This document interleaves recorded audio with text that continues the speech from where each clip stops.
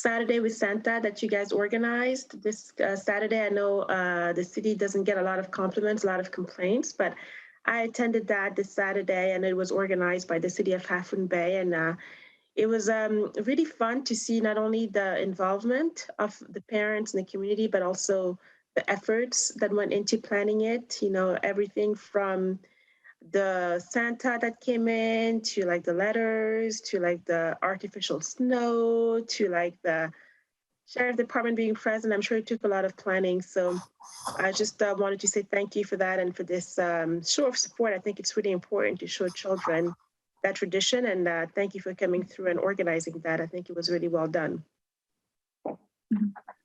Thank you, Aisha. Appreciate comments. Next we have is Mr. Wonderful.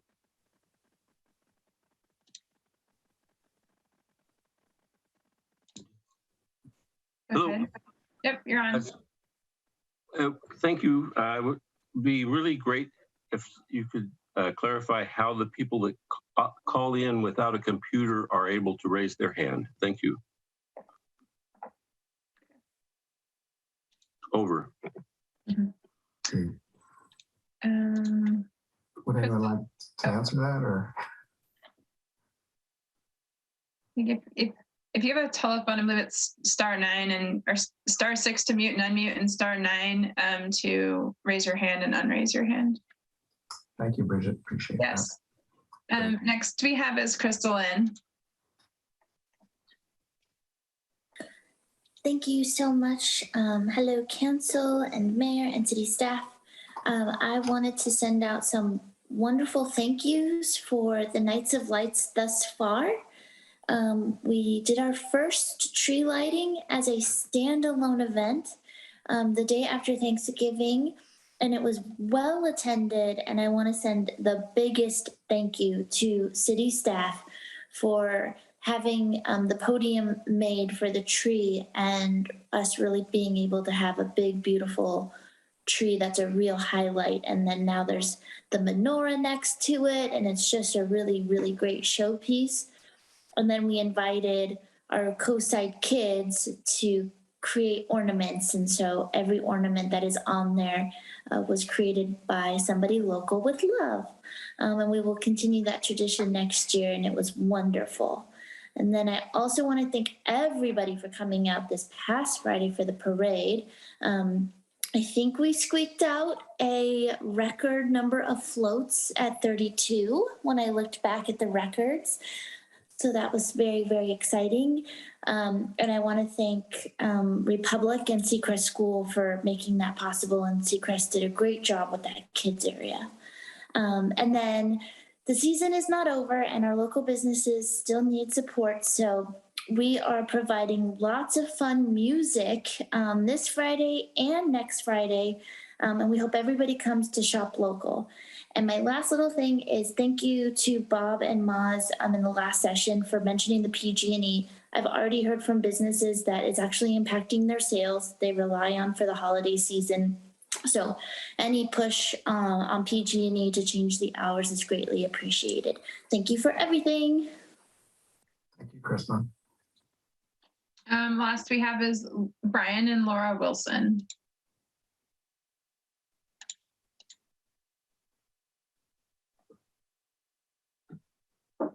I should be able to, hold on, unmute. Brian and Laura Wilson. There you go.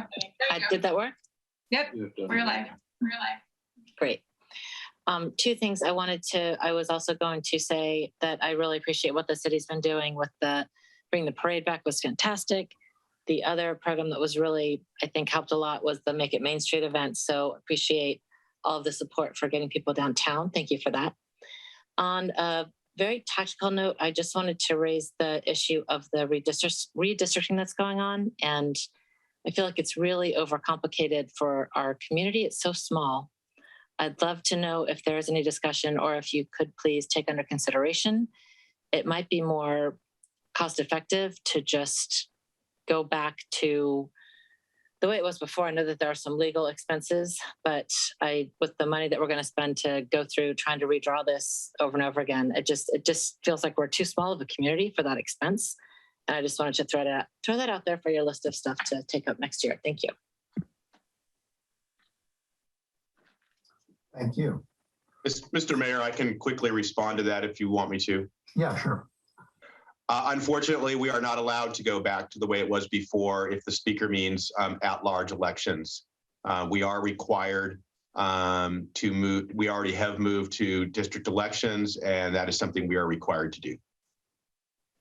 That's right. Thank you. Okay, that will now close our public forum. That was our last speaker. Thank you very much for your contributions. That was our last speaker, right? Yes. Yeah, I didn't mix that up. Okay, good. So saw that hand up there still. Great. I have no announcements. Any report out from our recent closed session, Catherine? No report out, but I'll just note for the record, the council did meet in closed session at 5 o'clock to discuss one item of existing litigation, the matter of City of Half Moon Bay versus Granada Community Services District and Montera Community Services District. Nothing to report out. Great. I will now move that we adopt the consent calendar. Items 1A, waive reading of resolutions and ordinances. Item 1. Mayor Brownson, can I put one of the items from the consent calendar? Oh, okay. Sorry about that. Yeah. Item 1C. Okay. Great. So I'll just continue with the other ones and then we'll come back to item 1C. Thank you. Okay. So yeah, again, I move that we adopt items 1A, waive readings of resolutions and ordinances. Item 1B, re-ratification of ratify resolution to continue holding public meetings remotely. Items 1D, adopt a resolution adopting Volume 1 and the City of Half Moon Bay's Annex in Volume 2 of the San Mateo County Local Multi-Jurisdictional Hazard Mitigation Plan of 2021. Item 1E, adopt a resolution authorizing the city manager to execute the First Amendment to the Professional Service Agreement with HDL Companies, extending the term to August 30th, 2022, and increasing the not to exceed annual amounts of $60,000. Item 1A, item 1F, also adopt final acceptance of the Ocean Colony Force Main and Pump Station project. And item 1G, that we acknowledge completion of the sanitary sewer improvements and acceptance for the city's ownership and responsibility to maintain the sanitary sewer main constructed within the public easement in the Carnoustie Phase 4 subdivision. I'll second. You know what? I'm sorry. There's item 1H. I missed that one. Sorry. Hang on, Councilmember. Thank you. And item 1H, adopt a resolution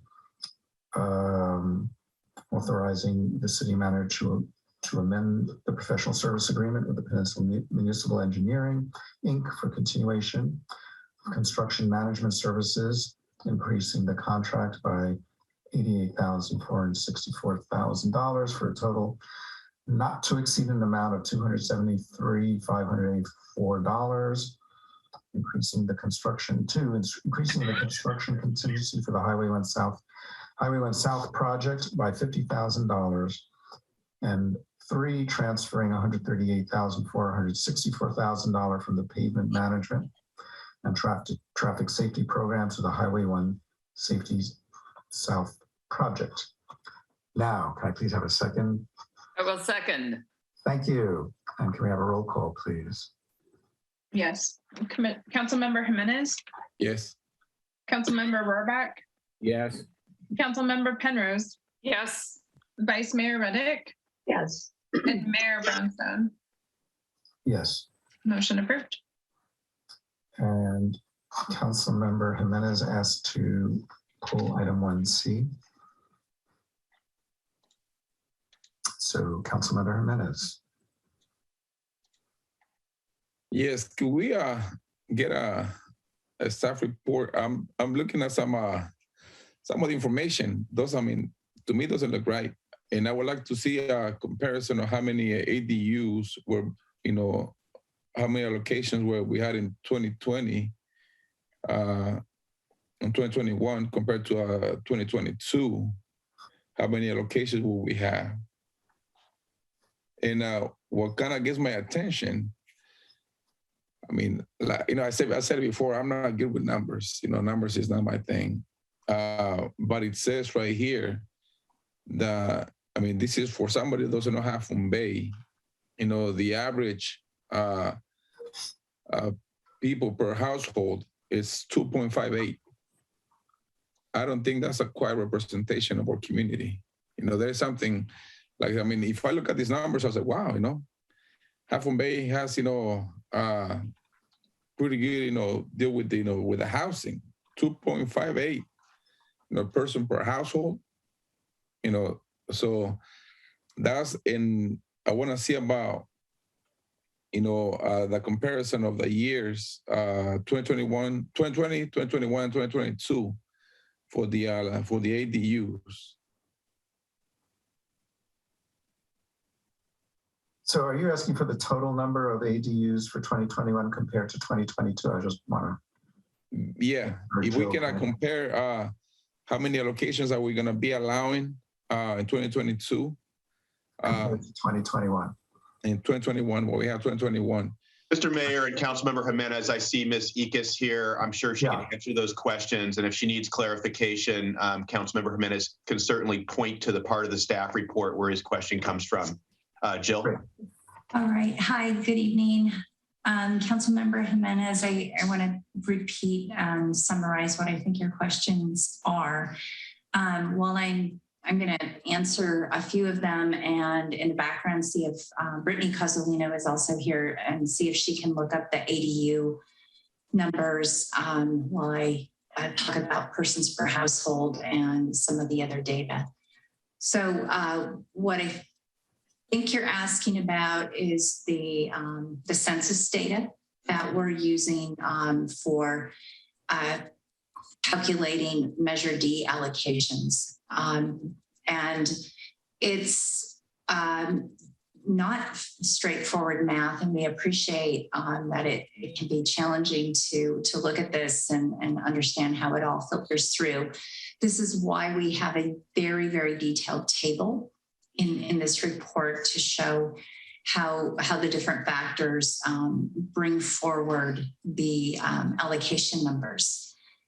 We are required to use specific data sources for these data points. And what's interesting this year is that we got to update the baseline with 2020 census data, because that is now, some of it anyway, is now available. As Victor Gaitan presented to you a few meetings ago, he showed how frankly, the population has not grown significantly since for two censuses worth. And the persons per household was also presented to you at that time. And what we can really appreciate is that everyone's going to have a different experience of households in a community. And I understand from having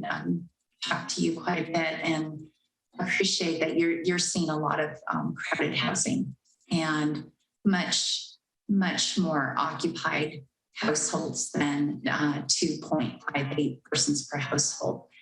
What we have to remember, though, is that this is an average over thousands of housing units. And so the cases and the characteristics that you're concerned about and that are true to you about housing in Half Moon Bay are not diminished by what this number says, but this is a way for us to establish that growth allocation so that on average, with this number of allocations, growth in Half Moon Bay will continue to be maintained at 1 to 1.5% per year. The concern about crowded housing units, though, does not get washed away in policy work that's going to be coming to you with the housing element.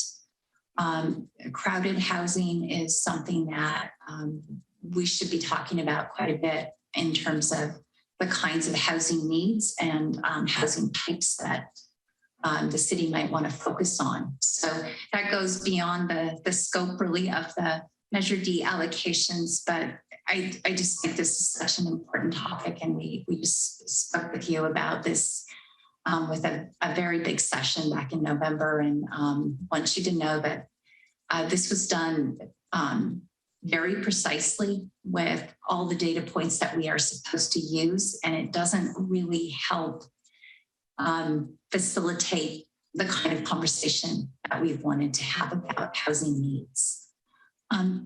I think you also asked about how many ADUs are associated with these allocations. Remember, though, that the allocations, just so everyone knows, they just get set up for a specific number for the forthcoming year, and it doesn't presuppose how many allocations will be available for any particular type of housing unit. These 69 allocations could potentially be for a whole bunch of ADUs and maybe not a whole lot of other things, or it could be for what we're expecting, which would be some accessory dwelling units, some mobile homes, some multifamily housing, and some single family units. This just sets a number. It does not mandate how those are allocated. And so that allocation process is a whole nother step. Brittany, were you able to find 2 or 3 years of ADU info? I had just enough time to find 2. Okay, good. For 2021, we issued Measure D certificates for 47 ADUs, and for 2020, 34 ADUs. And this is trending upward, of course, in recent years, given the relaxations in recent state laws. So I would expect going back further, those numbers would decrease. I'm sure that the prior year was less. I do want to note, though, that we believe 2021 is probably a peak. We're not sure what we're going to get in January for applications. I have been told by some of our contractors who work on ADUs that they aren't going to have as many applications in 2022. They had a lot in 2021. We'll keep you posted on that. Does that answer your questions? Yes, it does. Thank you. And I want to say also, I want to thank you, for your great explanation and for all the great work that you have done, regarding, housing for community. I know I've had several conversations with community members, since the meeting of November 9th. And like I said that time, there's a lot of hope in our community that Half Moon Bay is going to be building, low-income housing for a community. I'm not really crazy about ADUs, as you can tell. I'm not really in favor of ADUs. It's not really doing much, for the community in need. And I know you have done a great deal of work, and I have said that to, community members. They don't know who you are, but I mentioned your name and your position in the city, and they are very, very grateful with you, because you have given them, you've done a lot of work in regards to that. You have given them hope that Half Moon Bay will see some low-income housing, hopefully pretty soon, and that's why, like I say, I'm not really crazy about ADUs. To me, an ADU is not a solution for housing. you know, and I just wanted to, when I saw the numbers, you know, maybe the first time I wasn't paying attention, but when, you know, reading over that, I saw that, and it was, you know, you have to clarify, you know, that does not represent, you know, our community, the housing need and the crowding housing that we have in Half Moon Bay right now.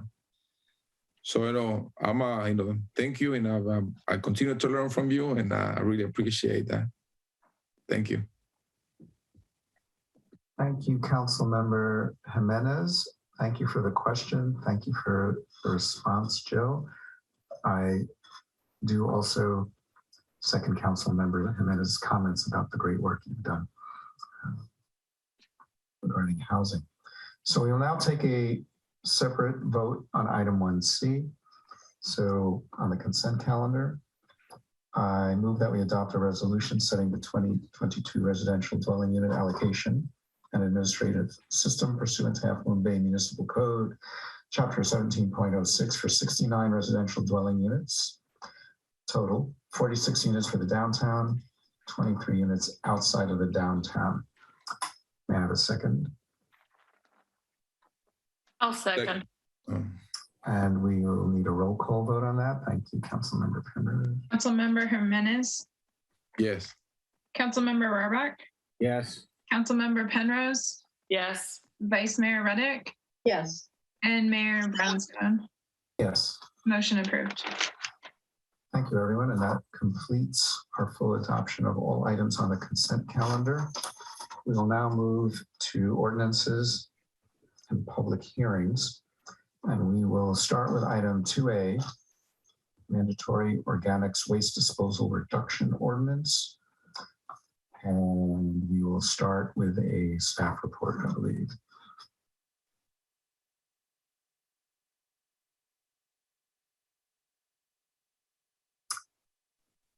Is there a staff report, Bob, coming up? There is, Mr. Mayor. My apologies. John, are you there? I assume this is Jennifer's. Is she not pulled over as a panelist? I think she's over here. Let me just go right in.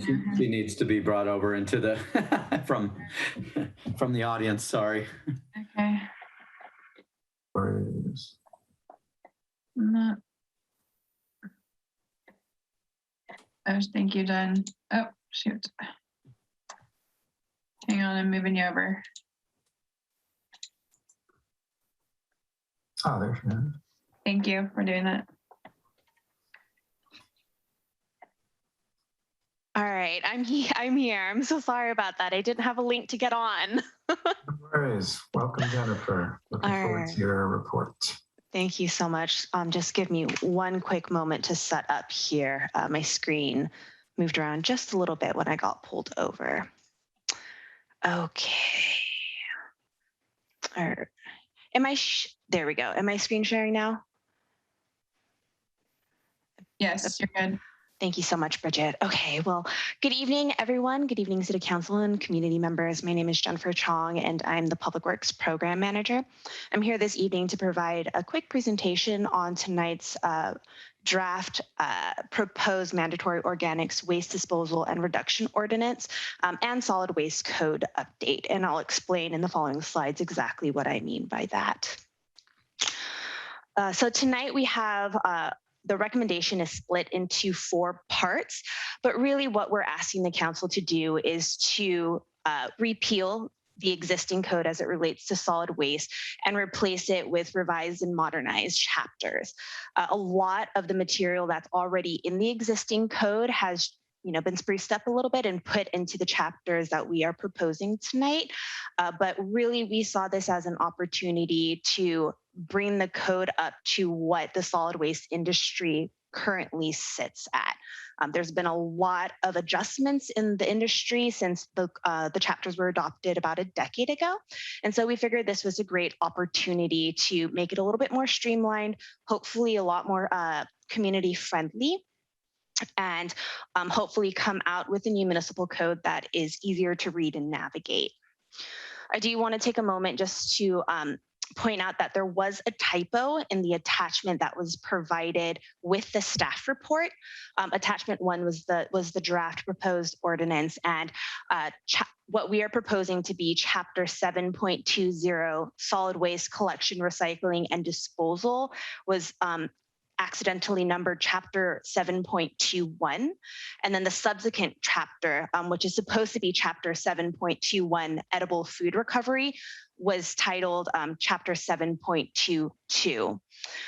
So the council was provided with an updated, revised draft ordinance earlier this evening that had the corrected numbers.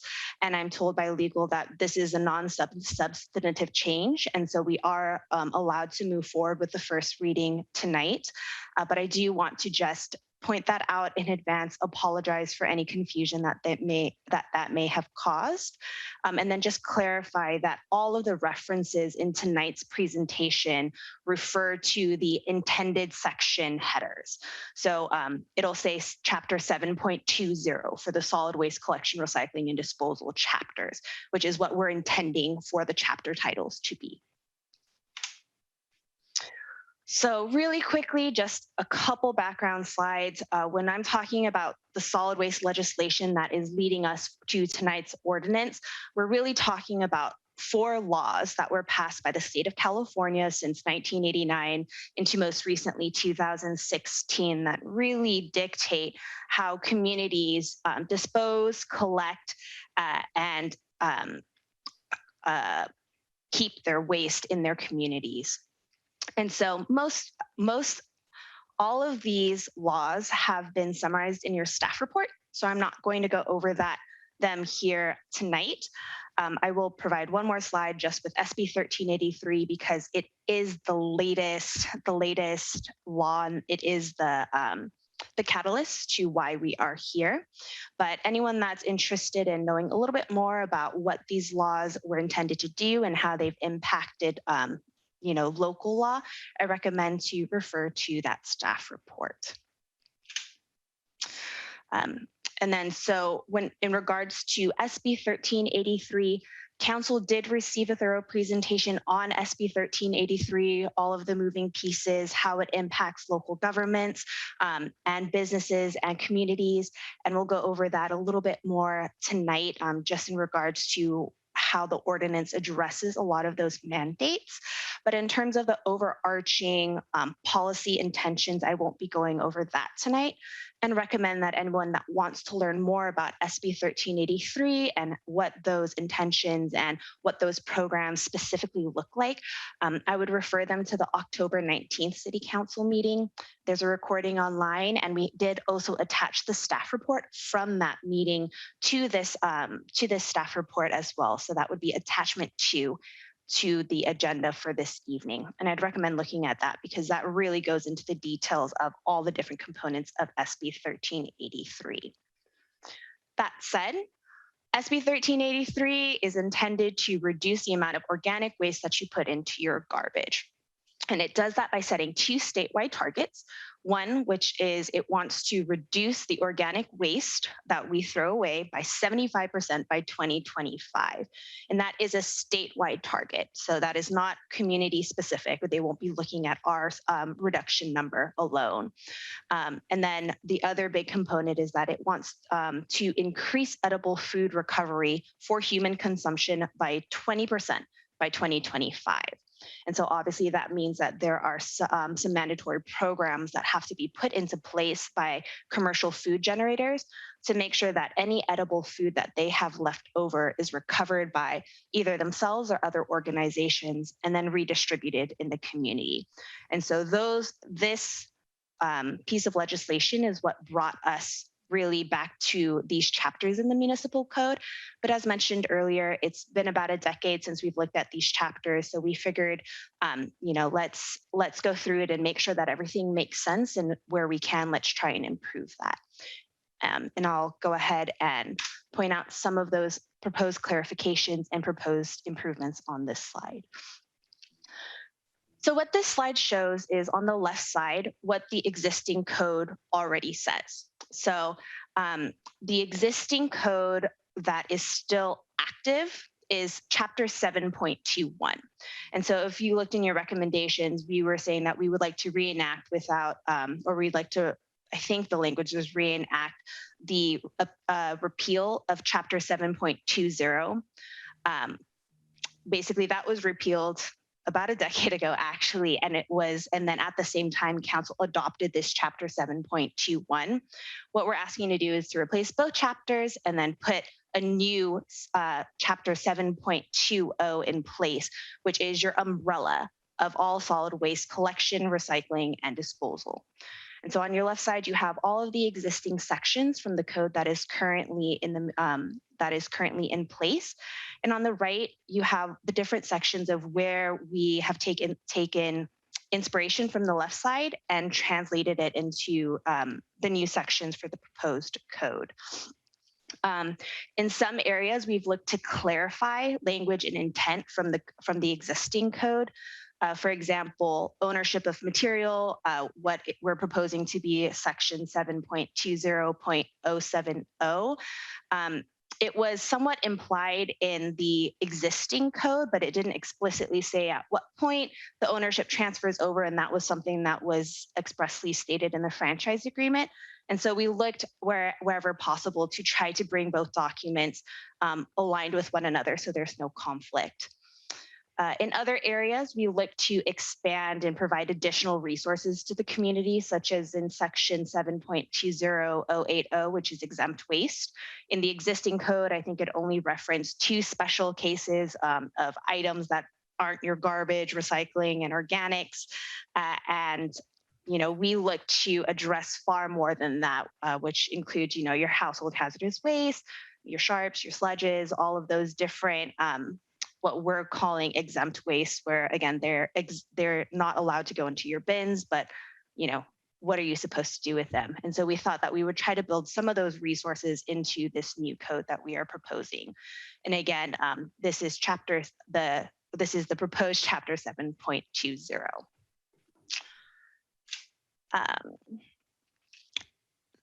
So those are, again, the translations from the current code to what we are proposing tonight.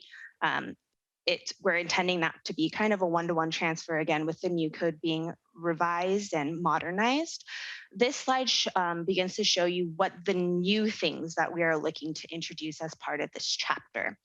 And so you'll notice that the items on this slide and the following slide are all driven by SB 1383. And so they are required by law that they are included in our municipal code. And that's why we are looking to add these sections into the proposed code. The 4 sections that we are looking to add is, a 7.20.010, which is just a purpose. It just provides an overarching background and context as to what chapter 7.20 and 7.21 are intending to do. And then 7.20.060 gets into the actual programs and requirements for commercial business generators.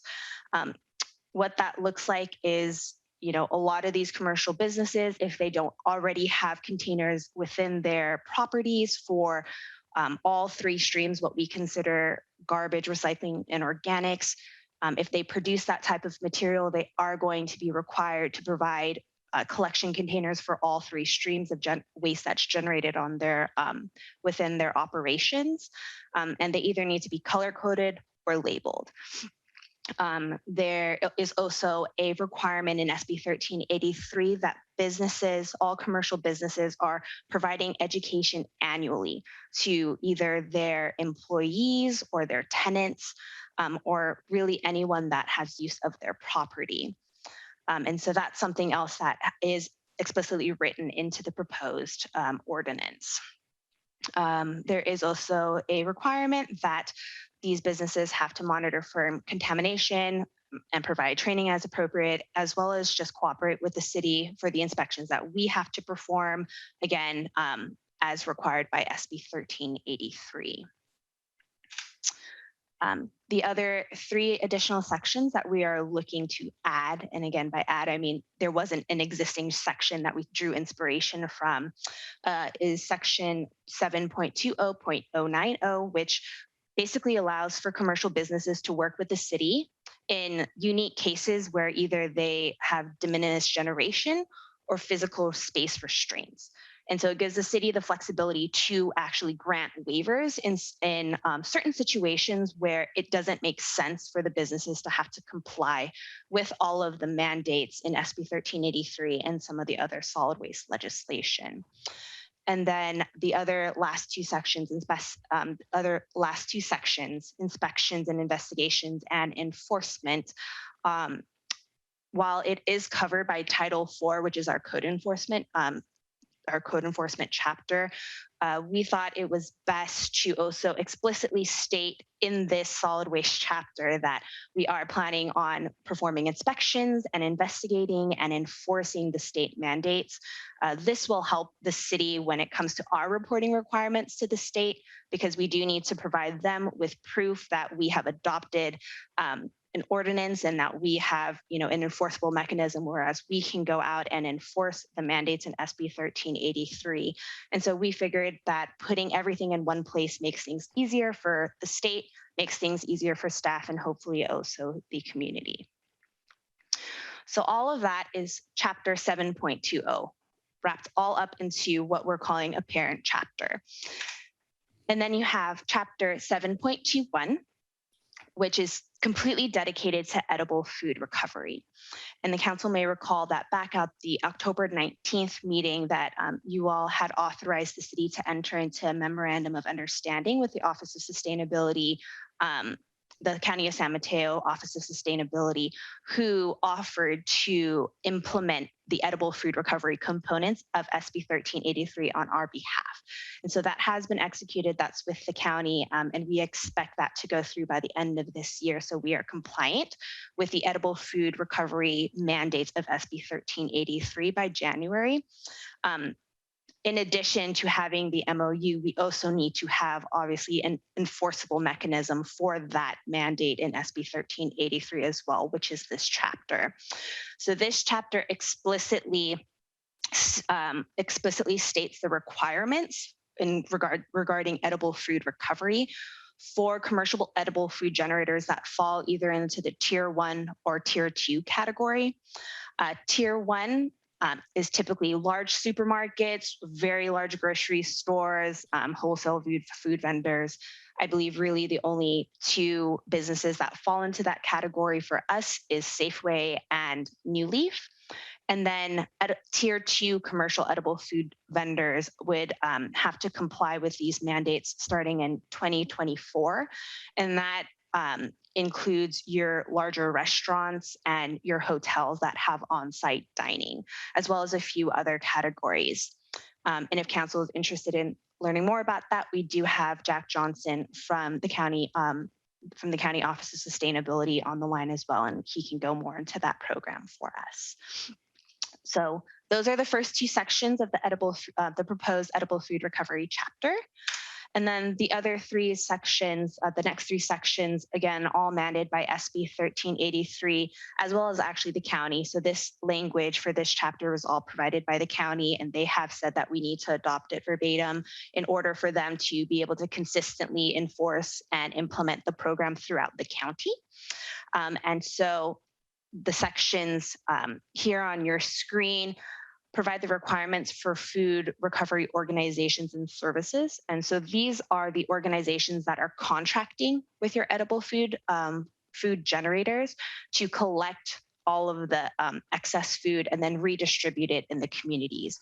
And these organizations, similar to the edible food generators, have their own set of requirements regarding tracking and reporting and standards to make sure that the food that they're distributing to the community is still fit for human consumption. And so that section addresses those mandates. And then the final 2 sections, inspections and investigations and enforcement, really just explicitly state that the County of San Mateo Office of Sustainability has the right to implement, enforce, inspect all of the businesses within the city of Half Moon Bay on behalf of the city.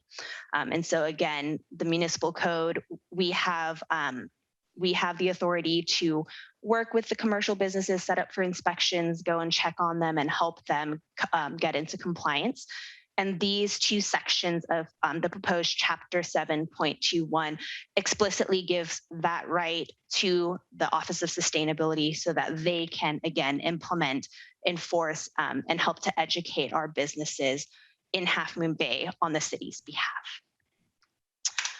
And so I know I whizzed through all that, but I figured I would give you everything and then open it up to questions. But again, the recommendations tonight are to confirm that confirm without reenacting the previous repeal of Chapter 7.20, go ahead and repeal the existing Chapter 7.21 entitled Mandatory Solid Waste Collection Service, and then adopt two new chapters, the 7.20, which is solid waste collection, recycling, and disposal, and then Chapter 7.21 entitled Edible Food Recovery. And with that, I'm going to go ahead and just open it up for questions and discussion. Thank you, Jennifer. So we'll open it up for council if there's any clarifying questions before we ask for any public comments. Are there any clarifying questions? Okay, so let's open it up for public comment and see if we get some more hands raised here. Give it a little bit. Two so far. Let's give it a few more seconds here. Okay.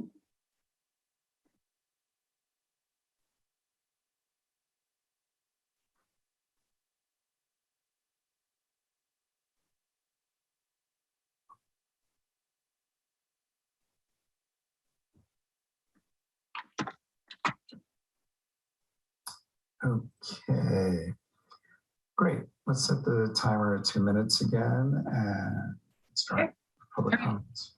First we have up is John Ullum. You can speak. Thank you.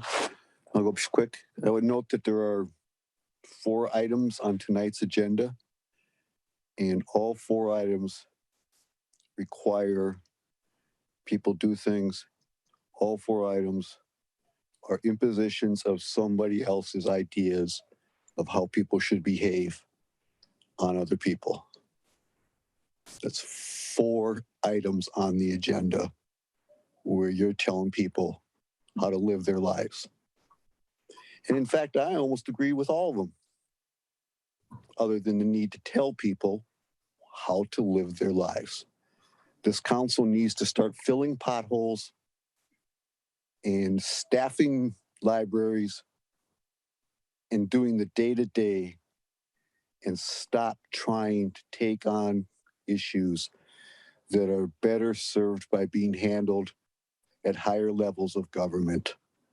Thank you. Thank you. Next we have Paul Grigoriev.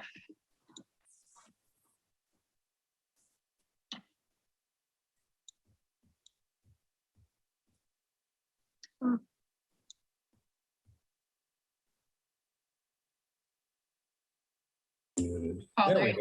How's that? Yeah. Okay, thank you very much. Good evening, council people and Mr. Mayor. I just had a quick question for Jennifer Chong. I know very little at all about solid waste collection and disposal, but I just have the question, what is the impact of your legislative proposal upon the homeowners and the taxpayers of the city? I'm not a business. I take my garbage out to be collected by the city mandated people. Is this going to change how I do that, and will it impose additional costs on me, please? Mr. Mayor, would you like us to try to answer that question or wait till the end? I don't know if staff has the answer, but if you'd like us to, John and Jennifer could try. Yeah, why don't we take the last, there's only one other hand, we'll take that and then come back and Okay. see if Jennifer or John are ready to answer that one. All right, last we have is Crystal Lynn. Go ahead. Thank you. I wanted to send my appreciation to Jennifer on how hard that she's worked on this. We're on a committee together where we get to talk trash all the time, and it's very thoughtfully done. And I know that the state has very aggressive goals, which, you know, some people love, some people hate.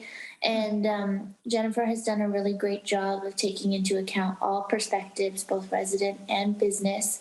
And thankfully, our business community is pretty pro sustainability and eco consciousness. So we're just really happy with how this is rolling out. And as always, city staff's doing a wonderful job. So thank you, Jennifer.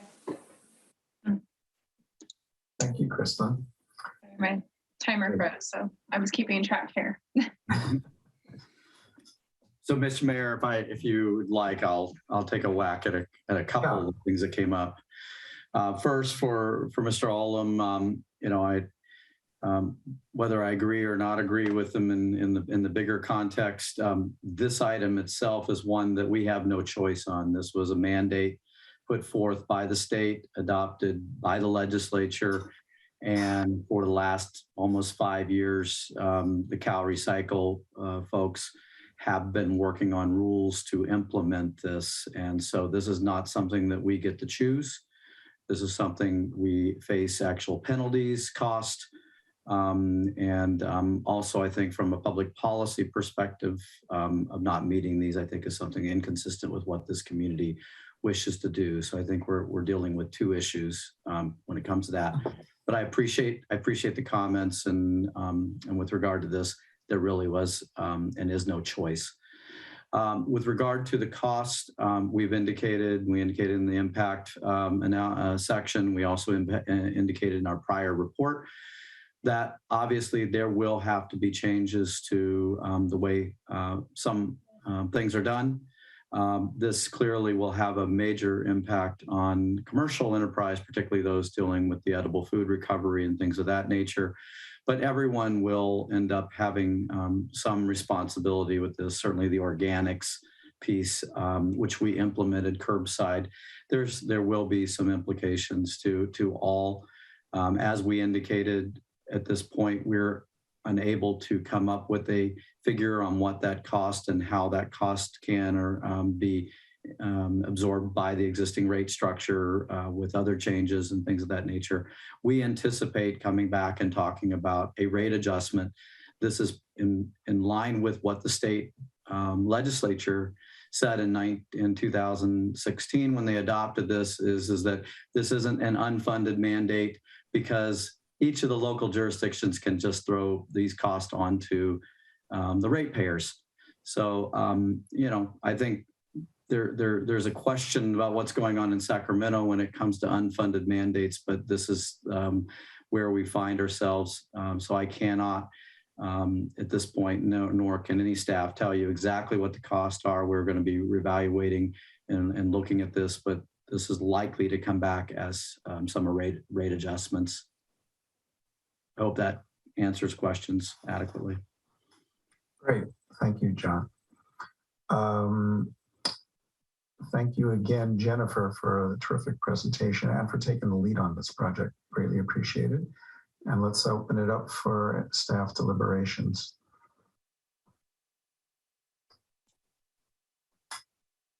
Councilmember Jimenez. Thank you, Jennifer. Thank you for the presentation. I am well aware of your presentation, you know, and I'm actually looking forward to implementing that in our community. You know, like I mentioned back in October, I may actually have several conversations with Jack, and it's something I need to follow up with him soon to continue to the work that we started about how we can actually implement that here in our community in Half Moon Bay, especially 721. And about the other one, 720, just thinking about, the impact that can actually create for our environment, a positive impact. I'm a strong believer in composting. I think, that's going to be able to change, something in the near future about how we regenerate, revive our soils in our community when farming. I'm already been preparing for this about how the use of, this implementation of 720 is going to actually be a benefit, to future farming, not only here on the coast, but across California, if done right. And I think we have in the county, probably in the city, we have people with a lot of knowledge, that's going to help us, see the benefit to this.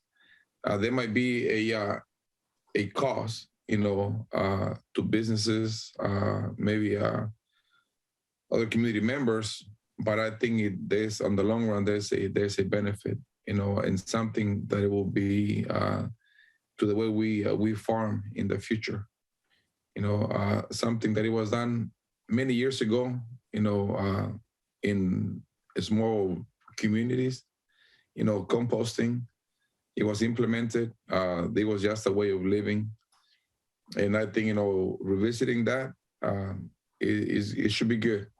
Should be good. And I recommend you to look into it, or how that can change the impact, on the environment, especially, 721, how some community members could actually benefit from that.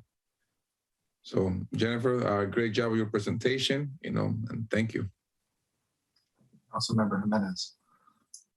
Any other comments, questions from council members? Okay, would someone like to make a motion? Councilmember Reddick. Yes, I move that we confirm without reenacting previous repeal of Chapter 7.20 entitled Garbage and Rubbish Disposal in its entirety effective July 1, 2011, repealing existing Chapter 7.21 entitled Mandatory Solid Waste Collection Service, adopt a new Chapter 7.20 entitled Solid Waste Collection, Recycling, and Disposal, and adopt a new Chapter 7.21 entitled Edible Food Recovery. Second. Roll call, please. Yes, I'm sorry. Councilmember Jimenez? Yes. Councilmember Rohrbach? Yes. Councilmember Penrose? Yes. Vice Chair Reddick? Yes. And Mayor Brownstone? Yes. Motion approved, 5-0. Thank you. And I meant to refer to Vice Mayor Reddick as Vice Mayor, not Council Member. Sorry about that. Keep doing that. Soon to be Mayor. All right. Well, we now have two more items. Our building electrification ordinance and our electric vehicle and photovoltaic system reach codes. So we're going to start with our building electrification ordinance. Mr. Mayor, I'd like to take a 5-minute break. Sure, sounds good. All right, we'll be back at 8:25. Thank you.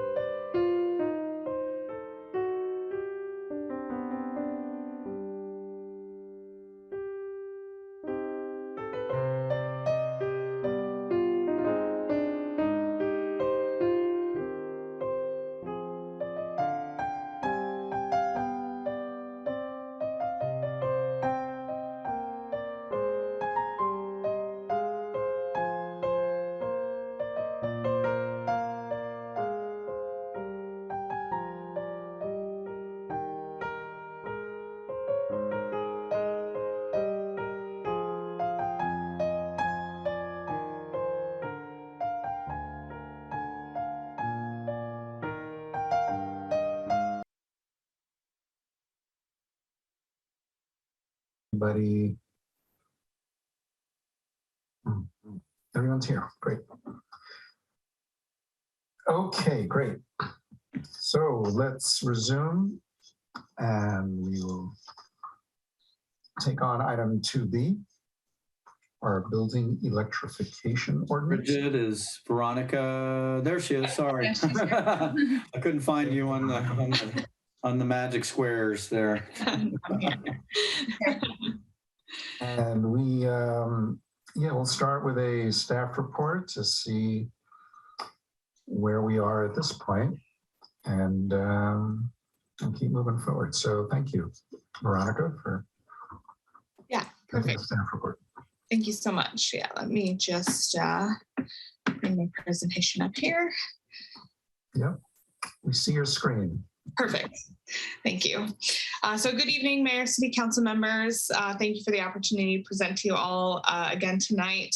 I'm Veronica Vostenak. This is your sustainability analyst, and I'm here today to discuss the building electrification ordinance for a second attempt at a first reading. So the first couple slides, many of them you've seen before, so I'll go over them quickly. But what has brought us here today, last year, staff initiated work on the Climate Action Adaptation Plan, which included a greenhouse gas emission inventory. Council had asked staff to come forth with a study session on building decarbonization options and REACH codes, which we held on February 2nd of this year. After that study session, we had enough direction to draft an ordinance. The first version of the ordinance, which was published on Earth Day, April 22nd, and staff conducted public outreach with that draft in June through September of this year, which culminated at a study session in September, where we went over the results of that outreach and had good conversation with the public. We had a follow-up study session on October 5th, where we received more detailed direction from the City Council on how to amend the ordinance for a public hearing at your last meeting on November 16th.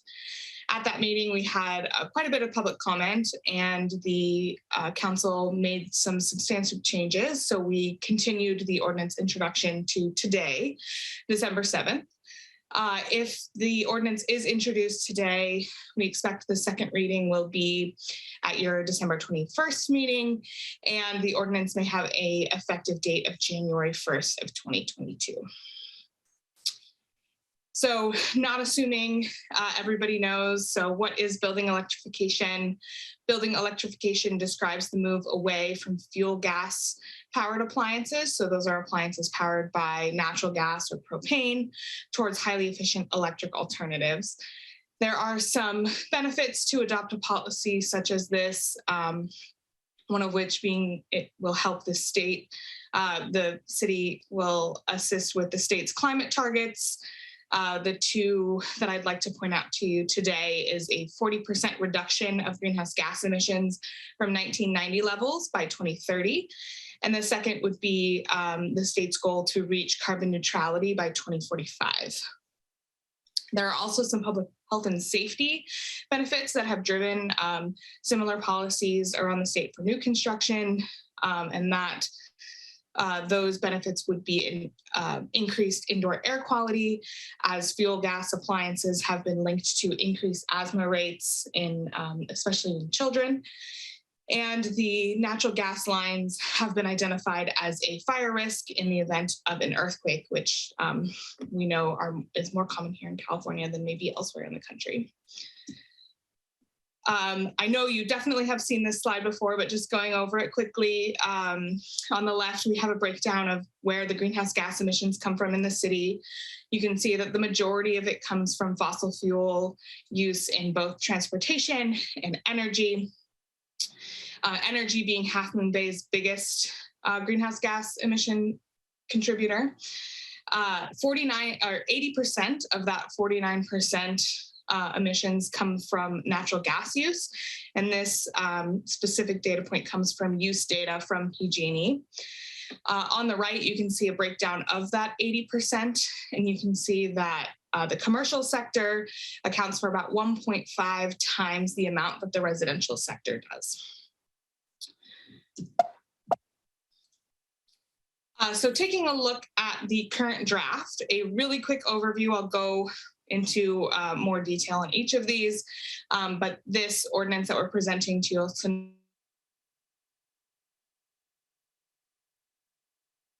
of appliances for various types of remodels in existing buildings and would require that fuel gas lines are capped or decommissioned by 2045. And you might recognize that 2045 number lines up really well with the state's goal to reach carbon neutrality by that date. So taking a look specifically at the changes from the draft that we presented on November 16th, the first and I would say the biggest change would be the removal of the exchange of appliances or the burnout provisions of the ordinance. Previously, we had provisions that required any fuel gas appliance that's being replaced, whether that be voluntarily or because it reached the end of its useful life, that they would be replaced with electric alternatives. This provision has been removed entirely from the ordinance. So if you are solely replacing your appliance, a gas appliance in your home or business, you can still replace it with a fuel gas appliance at the time of replacement. There's no requirement to do so to replace it with an electric alternative if all you're doing is changing the appliance. The council also took a look at major remodels and defined major remodel as additions or alterations equal to or greater than 500 square feet. So this was added in this portion of the ordinance. And as a reminder, any project that would qualify as a major remodel would be required to electrify the entire building at the time of the remodel. So if there was an addition of 500 square feet to an existing home, that home would then need to replace all of the appliances, any of the fuel gas appliances with electric alternatives. Also, talking about minor remodels. Minor remodels would be defined as anything less than 500 square feet, and electrification of appliances would be required for any area within that remodel. So if you were redoing your kitchen and there was a fuel gas stove in that kitchen, you would need to replace that stove at the time of the remodel, but not any of the other appliances like you would in a major remodel. We added some more specifics about what would constitute a minor remodel, and that would be adding or removing walls or adding or removing cabinetry or countertops in at least 25% of the room or area that has that fuel gas appliance. We also added an annual review by the City Council. So the council had expressed interest in taking a look at this ordinance on an annual basis to take a look at where technology has improved or if it's stayed the same, or also if there are new incentive programs that are available. So we have added provisions within the ordinance that specifically indicate the annual review by the City Council. And here I have some more details about the specific provisions in the ordinance and the dates for which they go into effect. I went over this in a little bit more detail at our last meeting, so I will refrain from going through this entire list. But of course, if there's any questions for the council, I'm happy to go through them. I do want to point out a couple pieces in particular. The first would be the all-electric new appliances. I just want to clarify that that is not a burnout, and that does not account for replacement of appliances. That is just the installation of appliance where an appliance has not been before. So if you had a living room and you wanted to add a fireplace to that living room that had not previously been there, that fireplace would need to be electric. I do also want to point out there was a slight change for all electric new construction. These particular projects, we had a a date associated with construction commencement. We've since changed that to the issuance of building permits. So both for residential and commercial buildings, they must have their building permits issued prior to January 1st, 2023. If they are going to continue as a mixed fuel building, pre-wiring for electric, and any project that receives the permits after January 1st of 2023 will need to be constructed as all electric. And the last piece that I want to point out is we moved up the date per the council's direction for the full electrification of major remodels in residential. Previously, this date had been 2025, but we moved it to January of 2023. And again, these are the exemptions or exceptions. I went over these last time. There was no real changes. We added a little bit of language to better clarify for fuel gas generators for emergency purposes. But for the most part, these exceptions should remain the same from what we saw at the November 16th meeting, including the fact that portable propane tanks, such as what you would have on your grill or outdoor fire pit outdoors, would still be allowed, and mobile homes are not regulated under city ordinances there instead. And I wanted to share a little bit of information. Again, the electrification is changing all the time, and I wanted to reassure the council that we are actually working on and taking advantage of opportunities to electrify city facilities when they become available. And just last week, we replaced an existing gas water heater with a new 50-gallon electric heat pump water heater at our courtyard. There was a pilot project available through San Mateo County Energy Watch, which is funded by PG&E. And so we were able to take advantage of this retrofit at no cost to the city. So we do have one facility where we have already retrofitted a prior gas appliance with a new electric heat pump water heater. So we will have a really good idea of how they work and any quirks that may need to be worked out. There's some cosmetic touches that need to be completed, but for the most part, it's already there and in working order. So I just wanted to say a quick thank you to San Mateo County Energy Watch, PG&E, and their contractor Willdan. We started talking about this in October, and it's already pretty much complete. So I really appreciate everybody's work in getting this done fairly quickly. And I wasn't sure if the council was aware of this project because it did happen so fast. And we felt as though it was relevant tonight. So I wanted to make sure to bring it to your attention.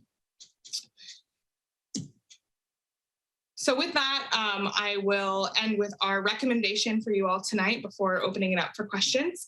So staff's recommendation is to conduct a public hearing, waive first reading, and introduce an ordinance adopting a new chapter 14.06 to the Half Moon Bay Municipal Code entitled Electrification of Buildings. Whoops.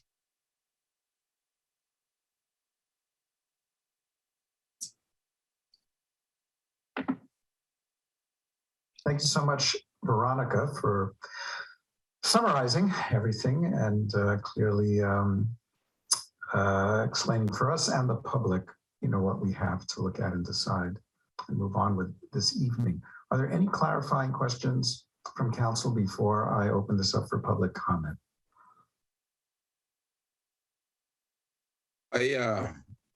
Councilmember Jimenez, and then Councilmember, and then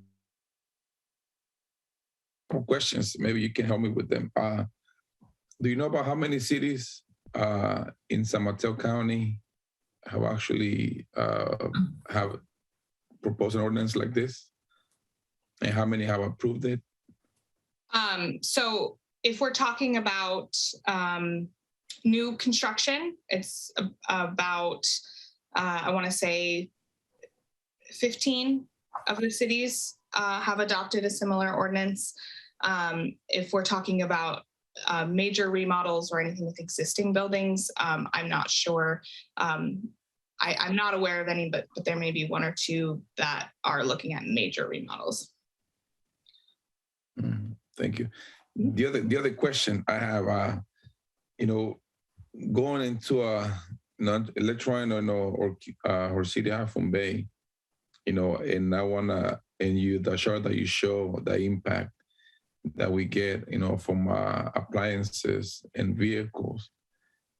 What is the impact of Half Moon Bay, will create, in the Bay Area? Like, to the benefit of the environment. How much are we actually helping the environment comparing Half Moon Bay to other cities in the Bay Area? So let me, the answer is, I think is obvious. It is a very small percentage of the overall Bay Area. What I think the response to that is that there is a bit of a policy decision there, obviously, on proceeding with that. On the other side of it, the old saying's been, think globally, act locally. And beyond that point is the mandates and the targets set by the state, apply to each individual jurisdiction and are applicable to us. Again, they are targets. There's been at this point no mandate or restrictions or proposed imposition of penalties or anything, but that's where we are. So this is truly a public policy issue. Clearly, I would not sit here and say that our impacts would be a significant piece of the Bay Area or the state of California. But the idea that's been put forth by the state is that everybody does their part, and together it results in a big bucket fill. The best I can offer you. No, it's good. Thank you. Thank you. Thank you, Councilmember Jimenez. Vice Mayor Reddick.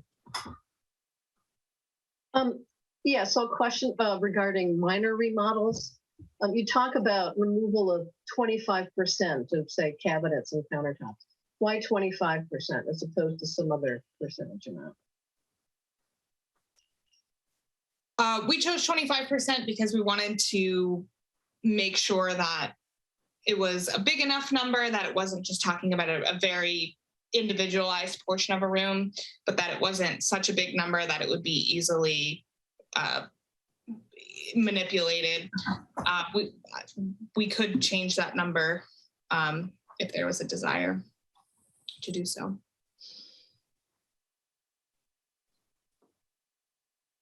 Let me just say this, since there are the challenge that I think we've expressed to the council and the community is that when you're the first out of the gate in terms of many of these provisions, there are not, there's not a lot of guidance out there to look at. So we try to use our best judgment, but certainly as Veronica indicated, the council could choose to modify that and change that in any way they wish, up or down. But 25% seemed to be a reasonable point of and threshold. Thank you, John. Any more clarifying questions before we move on to public comments? Okay. Mr. Mayor, yeah. I can assist with public comment if you'd like. Yeah, great. Bridget, could you put 1 minute on the clock, please? No, actually, I think there's only 5 hands raised, but let me ask first, are there any other folks who would like to make public comment? They're raising their hands now.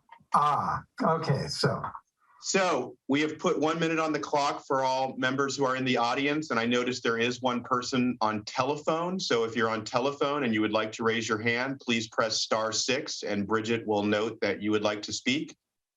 Please raise your hand now. You now have 40 seconds. What we're going to do is at the end of the time clock, we're going to draw a line, and I will announce the last speaker, and that'll be the last speaker for public comment.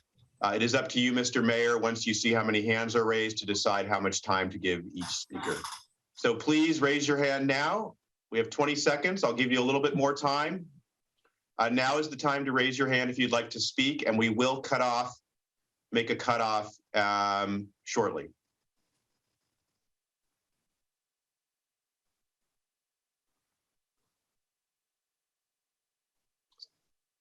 Since I was talking during that minute, I'm going to give a few more seconds. Now is the time to please raise your hand if you want to speak on the electrification ordinance.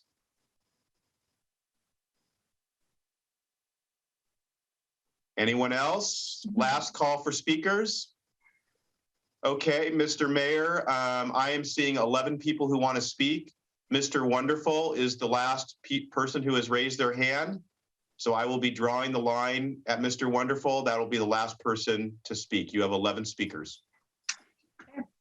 Okay, then since we only have 11 speakers, I think we have time for, let's go for 2 minutes per speaker. Okay, we got it set. So first speaker we have this evening is Joe Fullerton. And next would be Lawrence Garber, just so he has a heads up. Joe Fullerton, you can go ahead, unmute. Hi, all. Good evening. Thank you so much for presenting this modified proposal. I just want to speak in support of this ordinance. I think it's a really important step in the right direction for our city and for our greater good, not only here in California, but around the globe. There's also real positive health impacts to those folks that implement these types of measures in their households, and it has really positive impacts, especially to those that would generally be more disproportionately impacted by indoor air quality in their homes, those people that are brown and people of color in our community. So really think it's an important step that we take that. Also, this measure really sets up the city to take it reverberates. The precedent that we can set here will really help other cities advance and secure their own electrification and decarbonization policies. And that's a really important marker and a really important step that we can take. This isn't just a benefit to us, it's a benefit to our surrounding community. And I know that when people from outside of this community look to Half Moon Bay, there's a lot of positive things that they see, and I hope they will see this as well.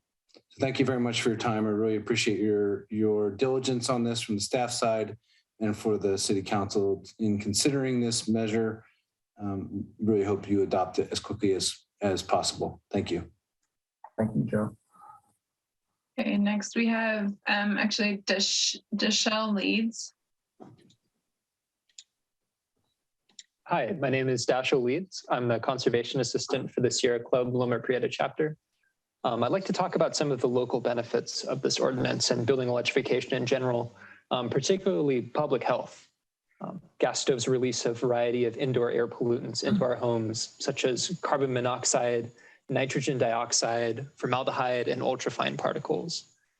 A study from UCLA's Fielding School of Public Health found that after cooking for just 1 hour with a gas stove, that the levels of nitrogen dioxide in 90% of homes were so high that they exceeded state and national outdoor acute air quality standards. And plainly put, that means that the indoor air pollution from stoves would be illegal if those levels were recorded outside. And a 2013 meta-analysis found that children who grow up in homes with the gas stove are 42% more likely to develop asthma than those who don't. This is one of the many reasons that California is transitioning away from the natural gas distribution system. So I think it really makes sense, not only from a public health perspective, but also in terms of just future-proofing Half Moon Bay to no longer install these unnecessary assets that are a threat to our public health and are going to be eventually financial and climate liabilities for us down the road. I hope you pass this ordinance tonight. Thanks so much.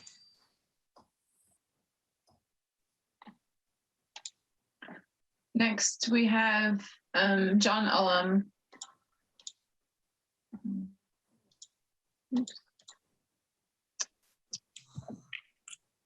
There you go.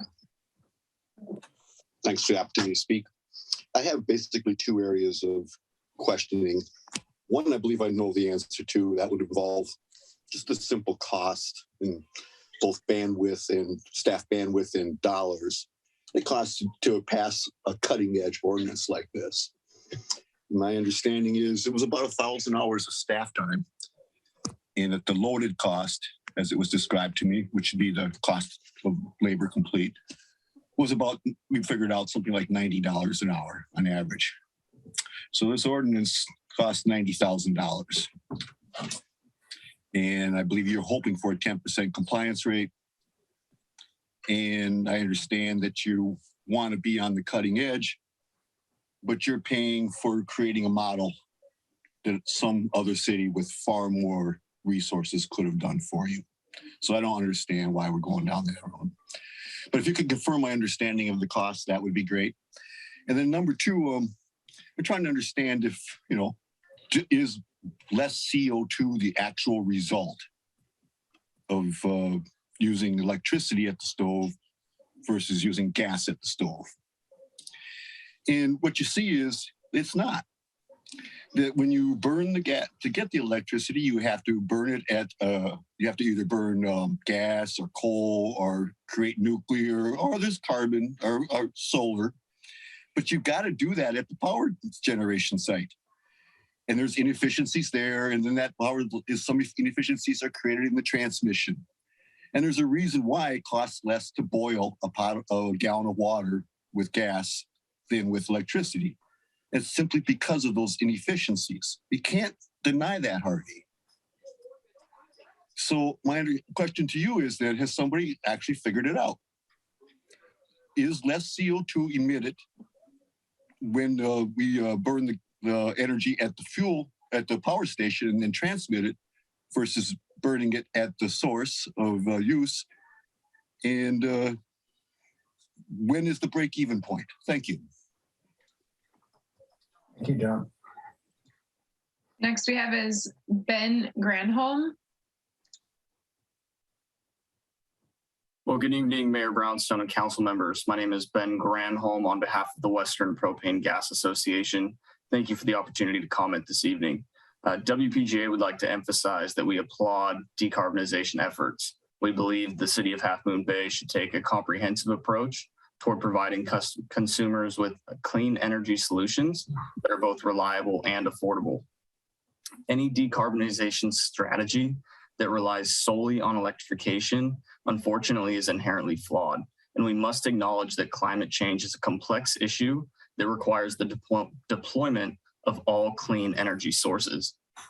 California's electrical grid is already at capacity and cannot meet current demand, resulting in power outages and rolling blackouts in peak demand scenarios. Nuclear plants are being retired, which is resulting in natural gas plants being expanded, meaning the carbon intensity of California's electrical grid will plateau or even rise throughout the next 5 to 10 years. Meanwhile, innovation in other renewable fuels, such as renewable propane derived from sustainable sources and as non-methane, provide a reliable, resilient path to sustainability. New research done by a building consulting firm, Consul, shows that a home fueled by renewable propane will have substantially lower emissions than an all-electric home. Will do so at a cost-effective rate than electric, all while providing residents much-needed resiliency during de-energization events. As we move forward, WPGA urges the city of Half Moon Bay to deploy all low and negative carbon solutions available. This will ensure no community is left behind during the clean energy transition, and we deliver reliable and affordable energy to all. Thank you. Thank you, Ben. Next, we have Terry Leahy. Hi, I live in Half Moon Bay. Please vote no on this ordinance. This is an inefficient effort. It is a lot of money for a low return on reducing climate change. There are more effective projects. We still do not know the cost to convert a whole house. The numbers presented in the packet last time were so much lower than the experience of co-siders, many of whom spoke at the last meeting. There must be many more effective ways. For example, let's use money to cap abandoned wells and control leakage at active wells. It's so important and would be so much more effective than this ordinance. Further, as one speaker stated at the last meeting, it is too early to create this ordinance. Although it sounds like a good idea, there are many more important and more effective ways to protect the climate.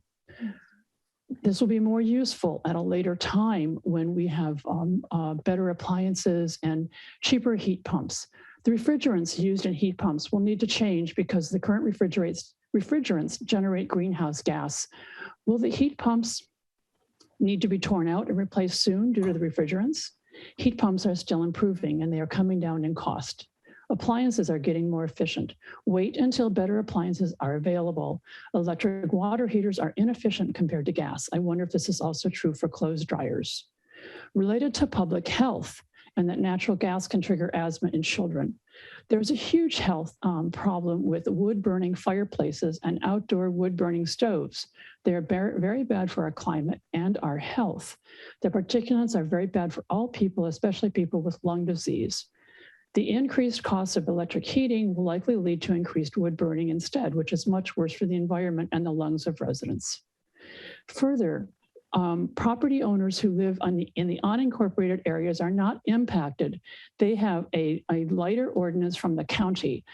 This will decrease the property values in the city. As it is one of our biggest investments, I do not want this to happen. Let's keep a good level playing field across all the homes on the coast. The definition of a minor and a major remodel seems inappropriate. I have some questions. Let me quickly state them. What are the calculations on how this ordinance will help? What is the effective date of electrification in the county compared to what's being proposed in the city? Why are residents the only ones who must electrify in the first round, whereas in the chart shown today, commercial is generating more than residential? Why does our city ordinance apply to major and minor remodels where most other cities your time do is not? up. Please wrap up. Why are we first out of the gate? I want to add that I'm wrapping up here. We personally have made a choice to switch to an electric car to help the environment. We looked at the money spent on all possible ways to reduce, for our effort to reduce climate change. We feel this ordinance is spending our money for not an effective return. Please vote no. Please listen to the citizens of the city of Half Moon Bay and not people outside the city. Thank you so much for your time. So next we have Adrian Atherton. Good evening, Mayor and Council members. Adrian Atherton, Half Moon Bay resident. I'm disappointed that the replace on burnout provisions were removed. Every new gas appliance installed is one that will have to be replaced. I've worked on these issues for over a decade and should note that I'm only speaking as an individual resident here. Several people have told me recently that they installed new gas appliances and only realized afterwards how bad natural gas was for the environment and their health, and now feel that they wasted money or are disappointed that they aren't able to maximize the solar that they are now installing. Modern electric appliances are not the 1950s coil stovetops that people tend to think of. They are very efficient and cost effective, even with the higher per unit price of electricity. And if you have solar, you will most likely be paying minimum PG&E bills of about $10 a month. Frankly, I don't understand why so many are stuck on dirty old gas technology. I have transitioned most of my 1971 home to electric. My heat pump HVAC system is much more effective than the dirty, noisy old gas we had before. And as a bonus, we have AC, which is becoming more necessary as we have more and more hot days. We're no longer concerned about PG&E outages thanks to solar and battery storage. And we also have an electric vehicle, so we're also eliminating most of our gasoline costs in addition to our electric bills. All of these things cost money, but there are rebates, tax credits, power purchase agreements, loans, and soon PCE on-bill financing to help pay for them. Their costs will come down as the market develops, and as policy provides a strong market signal, while the costs of climate inaction only grow. I encourage expanding education on the benefits of electrifying and the resources to do it, and considering additional support to help make conversion easier and more affordable and help minimize the number of new gas appliances our neighbors will come to regret. However, we know from years of education and outreach and resources that it isn't enough. So please continue to demonstrate leadership and pass this ordinance today. Thank you. Thank you, Adrian. All right, next we have is Natasha Elliott. Hi, thank you. I'm glad the last caller could afford this. My name is Natasha Elliott, and I'm with Rocket Farms of Half Moon Bay. Please vote no. A majority of the Half Moon Bay constituents support the pursuit of equity and diversity within our community, but the proposed electrification ordinance will negate the efforts made. Without an exemption for local agricultural business and certain households of need, Half Moon Bay penalize those who can least afford it. Hopefully, the City Council will exempt commercial greenhouses from the proposed ordinance and take into consideration the many households that will be affected if this ordinance passes as written. And there's certainly more equitable and cost-friendly solutions. As a minority-owned business, and we boast 82% minority-operated workforce, Rocket Farms celebrates the people who make up its staff. And Rocket Farms is a member of the National Minority Supplier Development Council, which is considered the gold standard for ethnic minority business certification in the United States. And COVID took its toll on our local agricultural industry. And this preemptive act by the City Council, if approved, will make matters worse at a time where the industry can least afford it. We strongly believe that transitioning local and state economies from fossil fuels is a worthwhile journey, but it takes time. And the state understands that, which is why California business and residents have the next 20 years to achieve 100% electrification. Our local businesses need and deserve the time allowed by California to be fair, and the City Council should exempt these employers from this ordinance. Thank you. Thank you, Natasha. Next, we have Robert, followed by Bruce, and then Mr. Wonderful.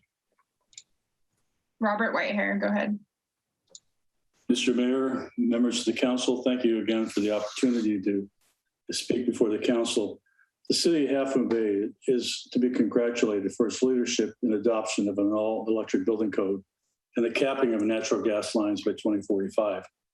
I point this out that this has been a long, hard road. Please join other cities and vote yes. So far, approximately 50 cities in California, half of them in the Bay Area, most of them in San Mateo County, have adopted REACH codes. And to answer Councilmember Jimenez's question, which was a great one, the Half Moon Bay is not the only city with the 50% threshold for all electrification. Burlingame and about 3 other cities have already done the same. And what we're seeing is each city that comes along in the last 2 years has gotten stronger and stronger. Your REACH code will be one of the strongest so far. We appreciate the methodical, comprehensive outreach you undertook and your upfront discussion of costs and benefits. Your incremental costs in all electrification have been very clear. My wife and I are in the process of electrifying our 70-year-old home. Today, we received our new induction stove. We've already done heat pump water heater. And we're about to do the rest of the house. I've tracked the cost of water heating. The cost of water heating using gas and using electricity is identical. Within 3 years, 100% of all the electricity generated in San Mateo County will be carbon dioxide free. And this is something that will be very valuable to the residents. I also ask in closing that in addition to the other annual reviews that you do, you review the severity of the climate crisis and see if that's added any added impetus every year. So if not now, when? Thank you for what you're doing, and thank you for voting yes on this ordinance. Next, we have next we have Bruce, and I'm going to chop Nagao.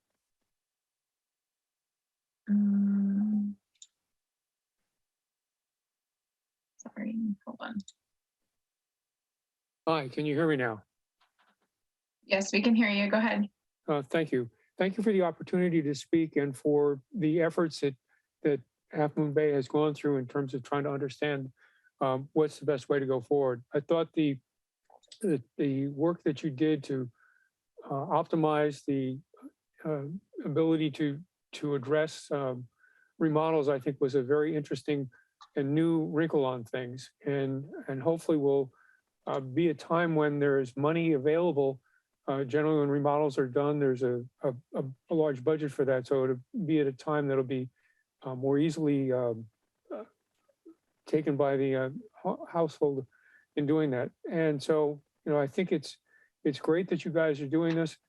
The other thing I'd like to state is that one of the things that started to happen is that some of the smaller cities have been some of the ones that have done a lot of the moving forward. A little city called Menlo Park was the first one to really put together a set of reach codes that made a lot of sense because they simplified it.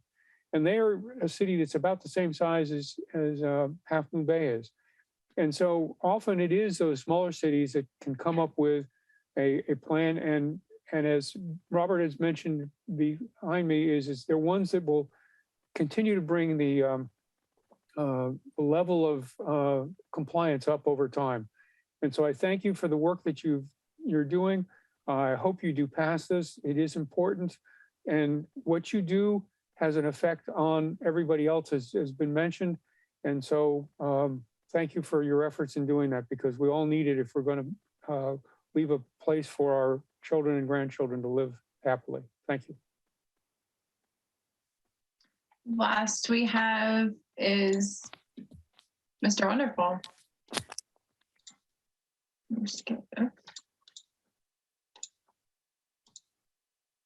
Hello, can you hear me? Yes, we can. Go ahead. My first point is that I tried calling in, and I was listening on the phone, but *6 didn't work. So anyone else that was trying to do that would have been unable to speak at this meeting. That's I think that's a problem, that you don't have a way for the citizens to readily get access and speak to you about what they want about this. Only zealots like myself and the other people. Two topics. First, you rely heavily on the idea of fighting climate change by reducing greenhouse gases. What is climate change? It's not weather. Climate change is a multi-decade process where you analyze long records and see trends. The United States National Climate Assessment 2017 was unable to find any attribution of the demons of drought, flooding, extreme precipitation, and make any attribution to greenhouse gases. So that undercuts the premise of this ordinance. In fact, they found in wildfires in California, in Mediterranean climate section of California, the trend is actually down. So all of this idea that somehow the climate, something will change, that's moot. Second problem is bias in your analysis. I sent you a email of the first topic. There's so many errors in the second, in the staff analysis that you have, that it's hard to correct them all. I'm in the process of I'll send you that email. Please think about it very seriously. Thank you for listening. Thank you. And we will now close public comments. Thank you for all the comments and thoughts and ideas. Greatly appreciated. We'll now move into council deliberations. Someone like to start? Councilmember Arbeck.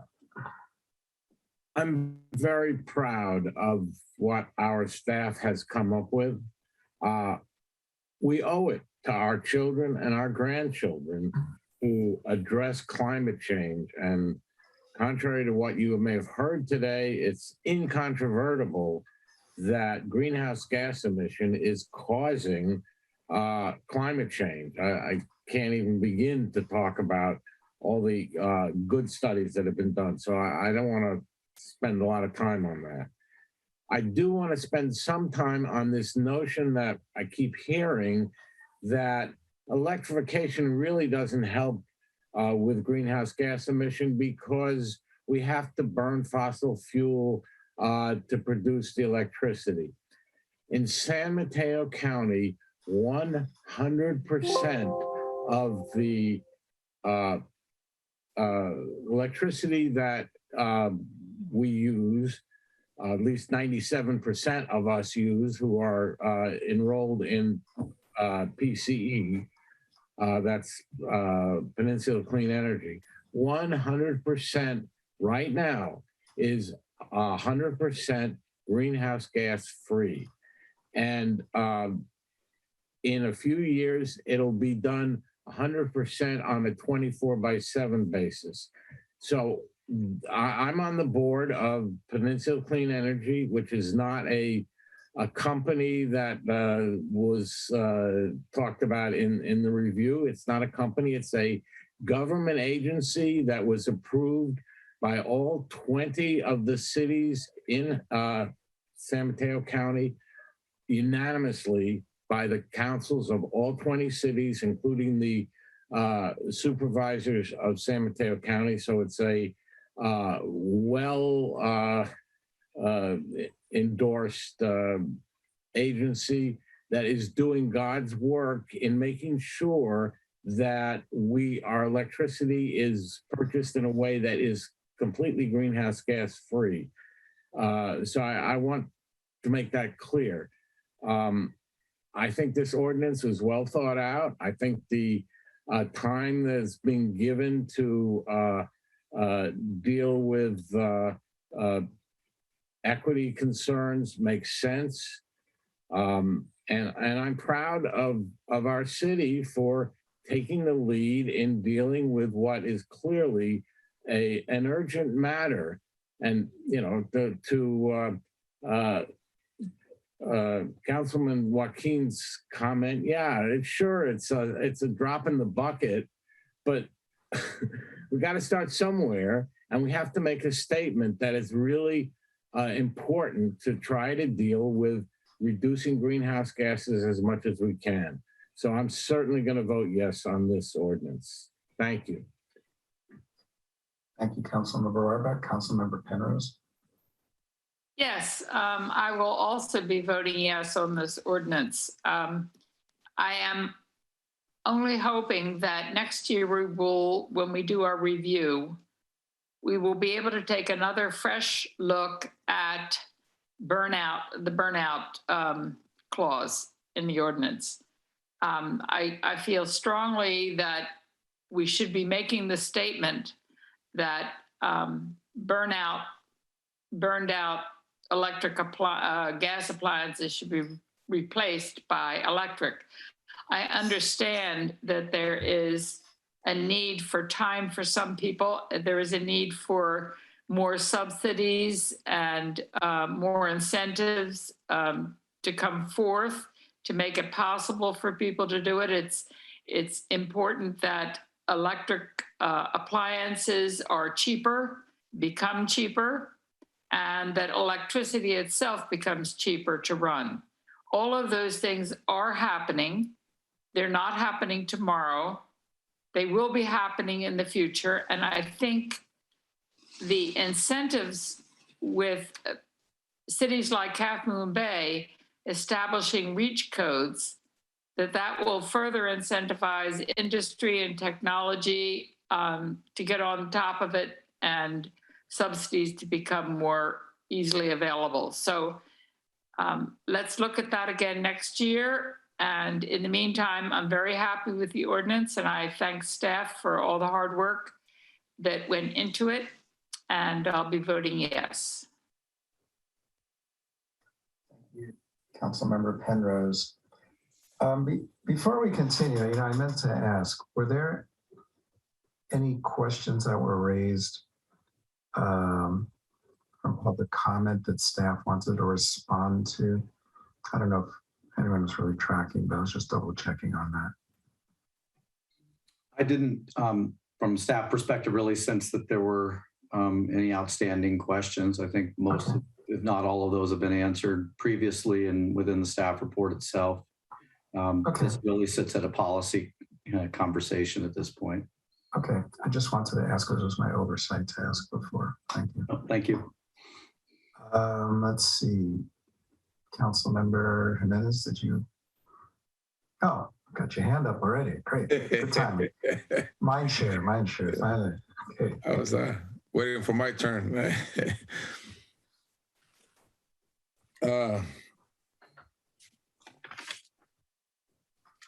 There's so many things Yes, recently I was being educated by, different energy sources, the cost of creating electricity and the impact, that it has in our, environment, around our planet. And, talking about, equity, I just got a text message. There's somebody in the waiting room with the hand raised, Paul Grigoriev. They received the message. I believe he wanted to speak on the subject, and he was not called on. Anyways, the idea about equity, and the reason I asked my question, about what the impact of Half Moon Bay is creating, in the Bay Area. Thinking back, and I remember going, learning about this in school, about how the developed countries actually use more energy than the undeveloped, countries. Comparing the United States, as a developed country, to Mexico and other countries in South America, and other small countries around the world, and how, the United States and other, developed countries were kind of, abusing the energy sources. They just overdid them, was creating a lot of problems. And thinking, to now, we're trying to reverse that now. We, I guess we realize that what we did in the 60s, 70s, and 80s, we have to try to reverse that. Now, we protecting our environment. I am in favor of that. I am in favor of reducing, the green gases. I do want to leave a better planet, when I leave, for the people that stay. So I am trying to do as much as possible to be able to do that. But I also have to think about, that right now, the present, other people that are being affected, or could be affected within the next couple of years. I don't think about, maybe in the future, we have better appliances, we have a better system that people will give a, refund when they're replacing their appliances, or there will be an initiative that is going to provide them a financial support, to people that want to do this, but they don't have the funds to do it. And the cost of that, one of the questions that I asked last time is, how many houses, how many homes and buildings in Half Moon Bay do we have? If we were to kind of put all the costs together, to becoming, that what we want to accomplish, the city of Half Moon Bay, to electrify Half Moon Bay, what would be the cost if we put all the costs together? Thinking about equity, it was a comment in the public about, we're thinking about, he mentioned, the brown people. I believe he meant, I know what he meant. And I appreciate that, thinking about, crowded homes. We have a large group of minority people, people of color, that live in crowded homes, that have gas stoves, that creates, that unsafe environment.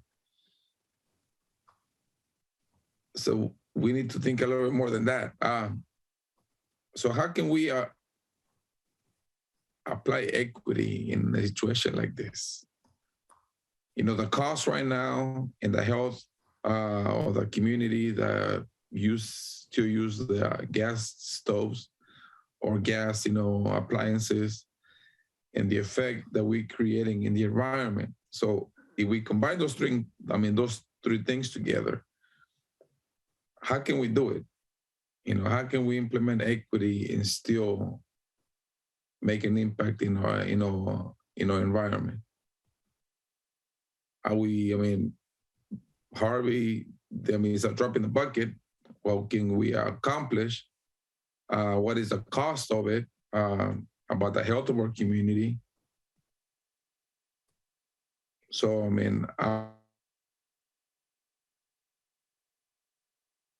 I believe, we are doing a good thing, by approving this ordinance. But I'm also thinking about the people that are gonna be affected by it. So I'm stuck. Thank you, Council Member Jimenez. Mr. Mayor, Yeah. I can confirm that Mr. Grigoriev did raise his hand during the minute of time that we put up. There were 11 speakers. It appears as if there must have been a glitch. We only took 10 speakers. His was raised during the time that we allotted, Okay. if you wanted to take him. Sure. Yeah. Would love to hear from Paul. Go ahead, Paul. Thank you very much. Can you hear me now? We can, loud and clear. Okay, great. Well, as you probably know, I've sent you all 2 letters. The first one last Friday, the other one yesterday. On the first one, I provided what I think is the only data-based calculation of the financial impact that Joaquin might be talking about upon the homeowners of Half Moon Bay. And I made it about, I think it was $72,000 to basically electrify a home like the one I live in, which is pretty much heavily in use of gas. Then I basically factored that up for the number of homes I thought in the city of Half Moon Bay. By the way, I think this is an area that was been totally neglected by staff. I don't understand it. You haven't looked at the financial impact of this thing upon the citizens that elected you. In any case, I think if you pass this thing, it'll take its place, as I said in my second letter, it'll be ahead of the Beechwood debacle. That's the worst ever and most short-sighted decision in the history of the City Council of Half Moon Bay. The Beechwood cost us $38 million, and my calculations say this one will cost $100 million to the homeowners of Half Moon Bay. Now you've pulled out, you flip-flopped, if you will, and said, okay, we're removing the burnout provision, but you can just as easily flop back, and I think you will. And there's the $100 million. And if you want to get the backup of that, read my 2 letters. I think it's very, very short-sighted and totally unnecessary for you to ram this thing through in the middle of the Christmas season. Just before Christmas Eve, you'll vote. I think it's a shame. Thank you very much for finally hearing me. Thank you, Paul. Vice Mayor Reddick. Yeah, so I come at this from a perspective that in my day job, working for the state of California in the natural resources field, I work in climate policy, legislation, projects, etc. I'm steep in the science. I've been deep in it, nose deep in it for 11 years. So I'm not coming at this as an uninformed layperson. So let's start about what we know. What we know is that there's a strong relationship between burning fossil fuels and increasing temperatures. The more you burn, the hotter it's going to get. We've already baked in a certain amount of global warming that'll take 1,000 years to remedy. What we actually have to do is eliminate all emissions. That's going to be a transition. It's going to involve an industrial revolution. Those of us who are worried about giving up gas stoves, our forebears, worried about giving up their horse-drawn buggies. We are in the beginning and probably even further along in an industrial revolution that's going to change how the world lives. It's going to change, how we live. So we know that things are happening faster and faster. It's not going to all of a sudden happen at 2100 or 2050 or 2035. We're already in the midst of transformative changes, and the 2030s are going to be seriously disruptive. The state of California has responded based on that information by establishing carbon neutrality by 2045. We can't do it all at once without creating chaos. There has to be a transition, but the transition has to start like right now. And, technology is rapidly changing, costs are rapidly coming down, and we want to get ahead of the process rather than everybody waking up in 2030, 2035. And the state's talking about changing 2045 to 2035, by the way. We have to start now. So, and everybody has to do their part because we have to eliminate as much as we can carbon emissions worldwide, starting at the local level. And it's going to change how we build. The built environment in the United States accounts for about 42% of our greenhouse gas emissions. In Half Moon Bay, it's a lot higher.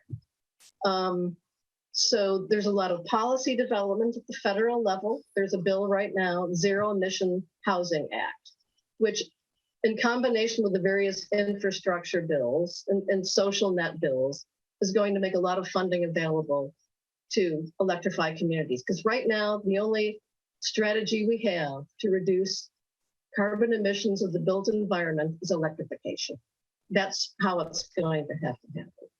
So there's a benefit to acting now to smooth out the transition, and it's going to require sacrifices because we can position ourselves, just like we did for other projects. By planning now, we can position ourselves for a chunk of that funding. We might be able to attract new businesses, create new jobs. The College of San Mateo system is looking at programs for teaching people to install solar and do all this stuff. So, we don't want to be behind the curve. We want to be seen as a leader so that we can attract the resources we need to make this a just and equitable transition. So, Joaquin, the only folks that have to electrify are new construction and major remodels right now. You might have to, change an appliance out if you're doing a remodel, but it's not being forced on anybody. You're choosing to go through the permitting process. So in the meantime, I think that we should be developing a program that's going to marshal the resources, as much as we can, as well as educational resources to help our residents, make this transition and make it in an equitable way. So I think the ordinance does that. I know Deborah would like to get at the burnout provision. I'm not in a rush because I think we want the resources to help people along. So that's got to be an important piece of our program, but it must be a program. Not just adopt this ordinance, but we've got to bring all the pieces together, to make it work. And I'm committed to doing that. So we want to benefit from this industrial revolution. We want to benefit from the resources that are being marshaled at the state and federal level to help make this happen and do our share. Yes, it's easy to indulge ourselves now, pass the buck on to our children and their children and their children. But, we, all of us, are responsible for the activities that are making our world uninhabitable in the future. So we have a responsibility, each one of us, to rectify that situation to the extent we can as individuals and families and communities, rather than shifting the burden to young people. I actually saw a letter, I think it was in the review, some guy saying, oh, don't make the old people pay for it. Let's just make the young people pay for all this. That's the wrong approach as far as I'm concerned. We have to make a world that's habitable for our children, our grandchildren, and their children, and looking out several generations. So I'm not so worried about, cost effectiveness versus efficiencies and all that. That's all going to come together. But we have to make the policy statement that we're going to, do our share to eliminate greenhouse gas emissions, because the climate is changing. It's changing faster and faster, and the costs of not acting are going to exceed the cost to make the changes by trillions and trillions and trillions of dollars. And I've seen economic reports, financial analysts saying, we can't spend too much on this problem. We can't spend too much. Everything we spend is going to have to be spent. So we know what we need to do, and we need to do it. And that's why I'm going to support this ordinance.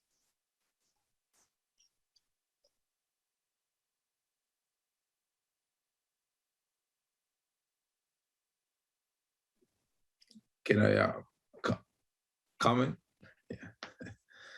Yeah. Is there a way that the city of Half Moon Bay can actually make like a pledge about helping financially, or looking for the funds? We don't have the money to help anybody. If we're not able to build a house for our community, we're not going to have the $100 million, to help our community to become electrified with electrification. So can we do, I don't know, what can we do to let our community know, that we want to help them financially, that we will look for the funds to make this transition? And I mean, I know I did, I do know that is not going to be an easy one. It's not an easy task to do. I mean, we're having a hard time with what we have right now on our hands, but we have to be able to give them something, I know, that it's not going to happen overnight, but, if we continue to follow, next year, revise it, and finding ways that we can provide that support and not really forcing anybody to go to that, to that change. And, I'm good with the ordinance, it's something that I do see your point that we move in that direction, but we have to do it to the pace of our community. And if we can, some might be able to apply some kind of like financial aid, equity for students. We can find that. I'm also thinking, let's start with our city buildings. City Hall, doing all electrical, the community center, what other buildings that we have in Half Moon Bay, to go to show that we, one of the comments he was said, why don't you put some skin on the game? We're trying to, I'm all for it, but let's go to the pace of the community. And yes, don't force anything, but we'll make it to the change.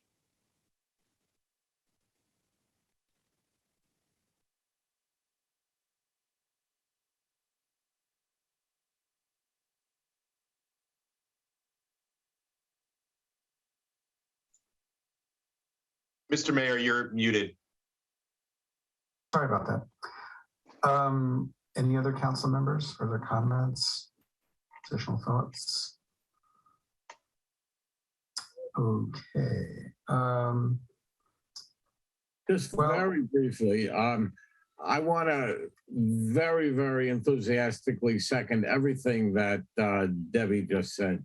She's absolutely right. So I applaud her for what she is doing about what is inevitably going to be a disaster no matter what we do. But we might try to mitigate how bad it's going to be. So I really appreciate what she just said. And Harvey's a physicist. Yeah, I am. Okay. Thank you, Councilmember Rohraback and Vice Mayor Ruddick.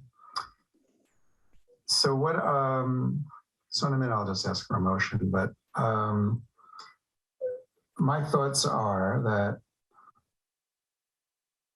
I really don't, you're talking about a transition, and I agree with that. I think that's the key focus for me. What does that transition look like? I don't think there really are any good equity guardrails in place, even though I see that phrase used a lot. There's not enough rebates. There's not enough money available. And frankly, I don't think the city should start subsidizing appliances. You could look for grant money, but I think that would cost a fortune for the city to start buying appliances. And my concern is that I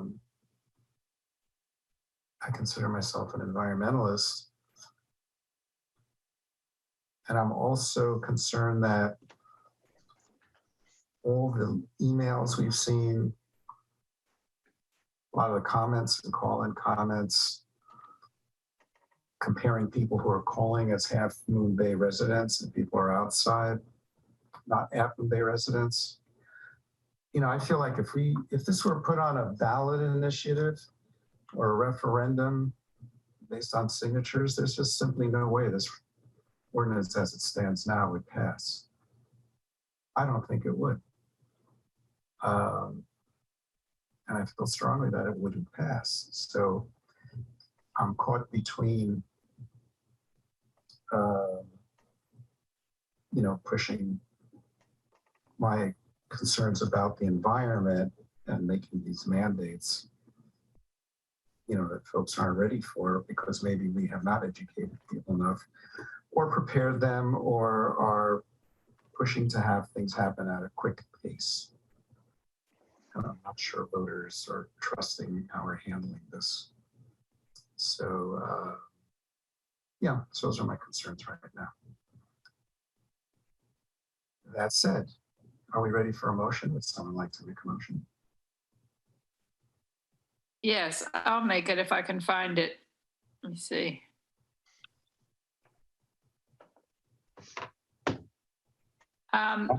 You got it. Veronica can put it up if you need it. Listen, it's under recommendation, right?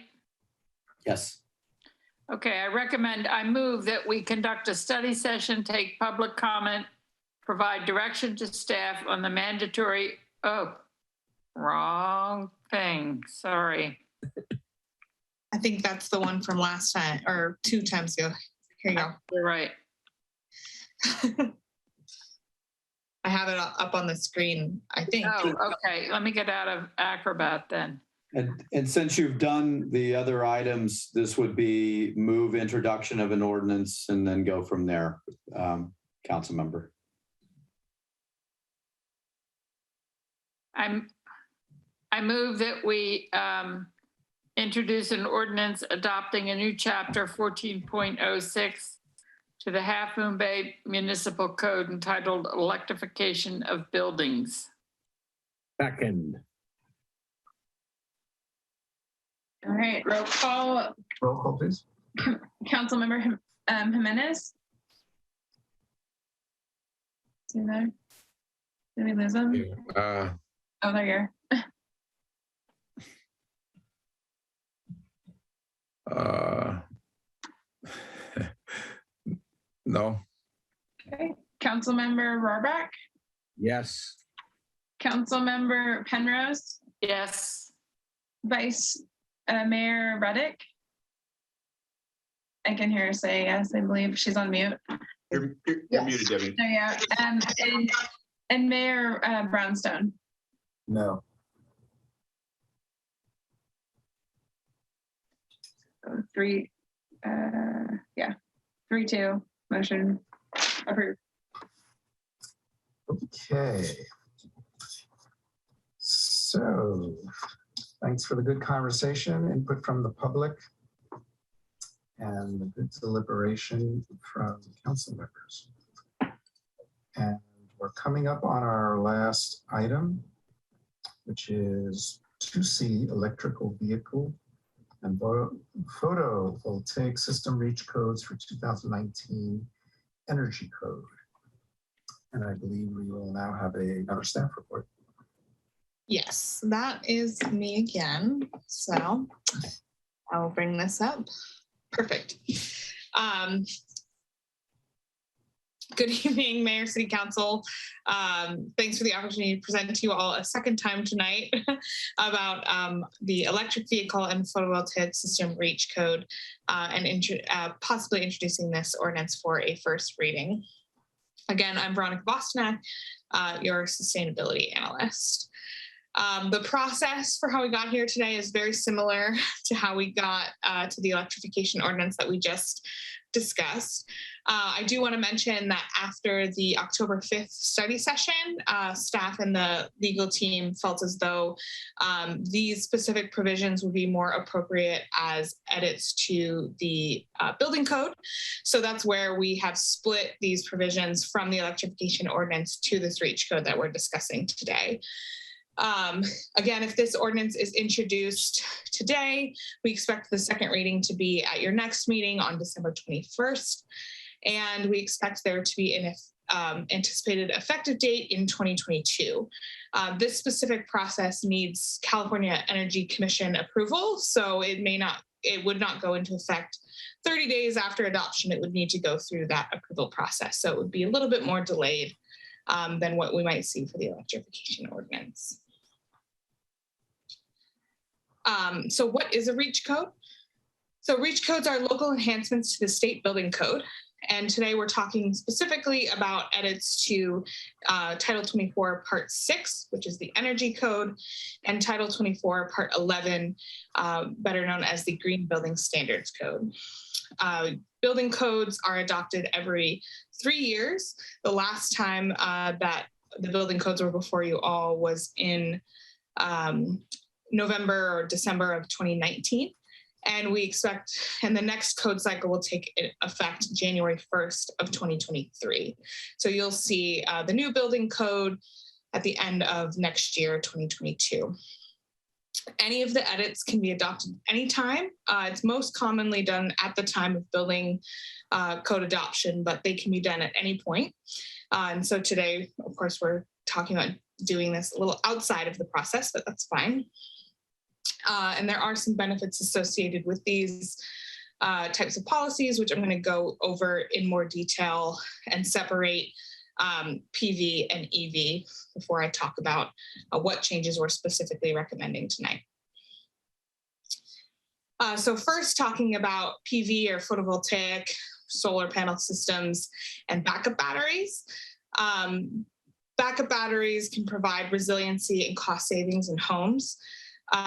Right now, the building code does require that residences install solar panel systems on their roofs, and batteries can provide additional resilience and power in either planned or unplanned power outages. And homeowners can also leverage battery storage when electricity is more expensive. You may know that earlier this year, PG&E started charging a little bit more for your electricity between the hours of 4 and 9 p.m. So those who have these battery storage, these batteries can utilize the energy stored in their batteries during the time electricity is more expensive and avoid that added cost. There's also benefits because this increases the availability of local renewable power. So wherever there are solar panels installed where they may not have been otherwise, more of that clean energy is being added to the grid. As I mentioned, these solar systems are currently required on new residential, but that is not the case for new non-residential buildings. And I don't believe I clarified this on the last slide, but what we're talking about today is just about new construction. We're not talking about existing buildings in any way. Non-residential buildings do not require that solar panels be installed at the time of construction, but they do require 15% of their roof area to be designated as a solar zone so that there's no other equipment on that roof blocking what could be used to install solar. And any edits to Title 24, Part 6, which is where we would be making these edits, must be cost effective. And these measures are cost effective to install at new construction. There is a state program, a state codes and standards program that does studies associated with cost effectiveness. And the measures that we're presenting today have been shown to be cost effective. And the cost effectiveness study was included as an attachment to the staff report for tonight's item. So taking a look at what specifically we're proposing to be changed to the energy code. First, as I mentioned, there's no current requirement for PV systems to be installed on non-residential buildings. So the ordinance that we're presenting today would require 15% of the roof area. So you may remember that's the solar zone that's currently required to be set aside. That 15% would instead be filled with a PV system. And the building code does actually separate non-residential buildings and hotel and motel buildings, which is why you see two different lines here. And there is actually a little bit of cost difference and benefit in between these two buildings. So the cost effectiveness study indicates that the maximum that's considered to be cost effective on hotel and motel buildings is 5%. So that's why we are proposing 5% of the roof area on hotels and motels have solar installed. And the last, backup battery systems for residential buildings. There's no current requirement in the 2019 Energy Code, but we are proposing that residences pre-wire for backup battery systems at the time of installation. Again, they are installing a PV system, and one of the things that we hear a lot from people who have solar panel systems is that they really regret not having a backup battery and not doing it at the time of construction of their PV system. It's much, much more expensive to install the wiring for these batteries after the fact. So we wanted to provide a little bit of flexibility for any homeowner that maybe doesn't want a battery, but to make sure that they instead pre-wire for these backup batteries at the time of installation and the time of new construction, as it will be significantly more cost effective at that time.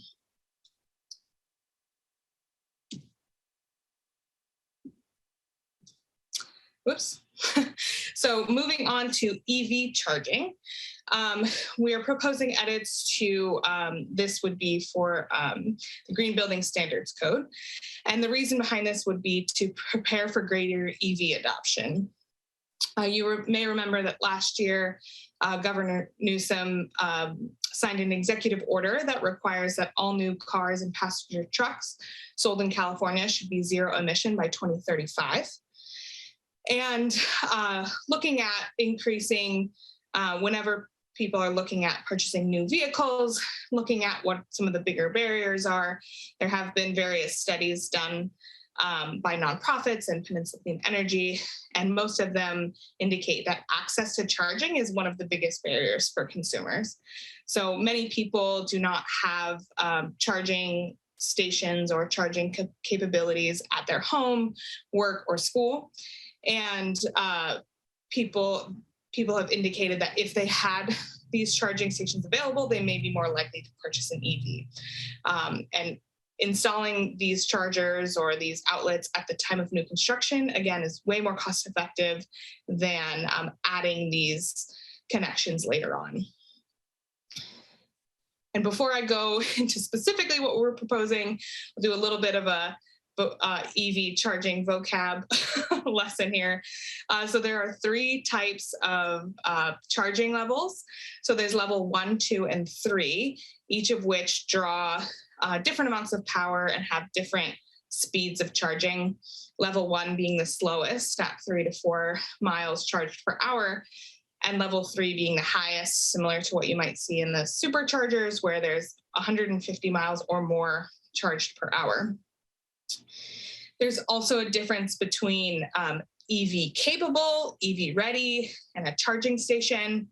So if we're talking about EV capable, we're talking about a contractor just setting aside a circuit, but not actually creating a plug-in point for the charging.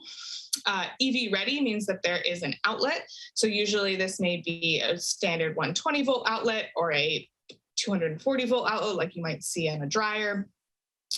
And the last is a charging station. So those are what you might see on the street or in some people's homes that actually have the full station installed on the wall or on a post. And again, all of these are most cost effective at the time of new construction, when all the other electrical work is being done and before the walls are closed. So the proposed changes to the Green Building Standard codes that we're proposing tonight reflect what Peninsula Clean Energy and Silicon Valley Clean Energy have included in their model codes. The first being for single family, duplexes, triplexes, townhomes, and ADUs with parking. The current building code requires just one level 2 EV capable unit, EV capable space for each unit. So that means, again, just a circuit, not actually a plug-in point for the EV. And there's no requirement for ADUs. What we have proposed in the ordinance tonight is 2 EV spaces per unit, 1 level 2 EV ready space, and 1 level 1 EV ready space. And again, the difference here is the capable is just a circuit, where the EV ready is actually a plug-in point where somebody could use the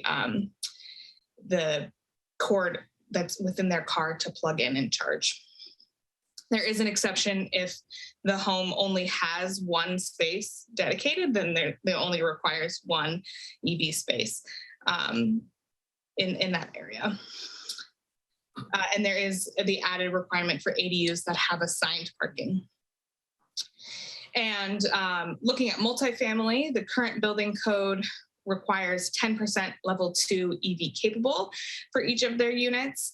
And what we're proposing tonight is 1 level 2 EV ready space for the first 20 dwellings. And then for each dwelling beyond that, 25% will be level 2 EV ready, 10% in affordable housing, and then the remaining 75% should be level 1 EV ready, or 90% in affordable housing. And again, these have been shown to be most cost effective at the time of construction compared to retrofitting at a later date, which we expect may be necessary as more and more people move to EVs. So the recommendation here for you all tonight is to conduct a public hearing, waive the first reading, and introduce an ordinance repealing and replacing Chapter 14.04.040 and Chapter 14.04120 of the Half Moon Bay Municipal Code to expand the requirements for photovoltaic systems in new non-residential buildings, require pre-wiring for backup battery storage, and expand electric vehicle charging requirements in new residential buildings. So with that, I will leave it to you all for questions. Thank you so much, Veronica. Any clarifying questions before I open it up for public comment? Vice Mayor Rick. Do level 2 chargers use more energy than level 1 chargers? Yes, a little bit. Why would we require those for homes? Most people I know use a 110, for a level 1 charger in their garages. I understand that fast charging, in a retail area, or a hotel or something like that. I don't understand why would need to require it at home. If you're charging overnight with a 110, I'm not sure I'm persuaded that you need a level 2 charger. So charging overnight with a level 1, assuming you're going to be charging at about 2 to 3 miles per hour. So that is only going to be about, if it's there for 10 hours, to 30 miles worth of a charge overnight, where the level 2 is more, I want to say, now I don't know the number off the top of my head, but it's, let me look, 10 to 20 miles per hour. So it's significantly more. And, you know, if you have a commute that's more than 10 miles, which is many people here in Half Moon Bay do, it would be beneficial to have more charging power overnight. Thank you. Thank you for the question. Any other clarifying questions before I open up for public comment? Okay. Please raise your hands if you'd like to make a comment. See one hand up. Let's get the clock at 2 minutes for those with their hands up. Few more coming in. All right. The first person we have is Adrian Etherton. Go ahead, Adrian. Good evening again. I'm sure you're all tired of hearing from me, so I'll keep this brief. Please adopt this. It makes total sense and it will save a lot of money in the long run. It's really important that we don't leave people behind when it comes to the benefits of electrification, and that means making sure folks that live in multifamily units have access to EV charging, which the base code does not do, and this will. And then to answer Vice Mayor Reddick's question, a long-range EV definitely needs more than a level 1 charger to charge overnight. I believe we get about 22 miles per hour from the 240 volt dryer outlet, essentially, that we have in our garage. That costs all of $450 for an electrician to install. We don't actually have a charger. Most vehicles don't actually need one because they come with the cords that you can plug right into the just standard outlet. So thanks for your consideration. Thank you, Adrian. All right, next we have Paul Grigoriev. He's so annoying. Paul, go. Paul, can you unmute?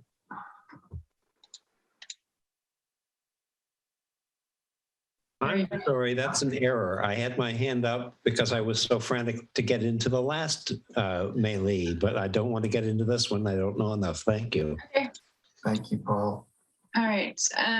Next we have Bruce Nagal. Hi, Go can ahead, you hear Bruce. me? Yep. Well, thank you again for the opportunity to speak on this. I applaud the ability to go forward with the enhanced code for EV charging. If we are going to have everybody move to electric vehicles, as has been listed before, and the state is now saying that should be done for all new vehicles by 2035, we've got to find a place to charge them. Currently, 80% of the charging gets done at home, and so we need to make sure that those provisions are available to them. There is one part that was in the code previously that is not there now that I think should be added, and that is the ability to add ALMS, or automatic load management systems. I recently spoke to somebody from Pasadena that has a very aggressive program for doing electric vehicles. They have 150 charging stations that are part of the city. And one of the things they said is that using ALMS significantly reduced the amount of electricity that had to be put into the complexes where the where the charging is being done. So I would suggest that you put that in there, leave it as a separate item to be put in afterward if you don't want to have it to begin with, but at least put it in there because I think it'll be valuable to minimize the amount of current that's going to be required for facilities that are going to be hosting these charging stations. Thanks again for the opportunity to speak. Thank you, Bruce. Okay, next we have Mr. Wonderful. Let me just.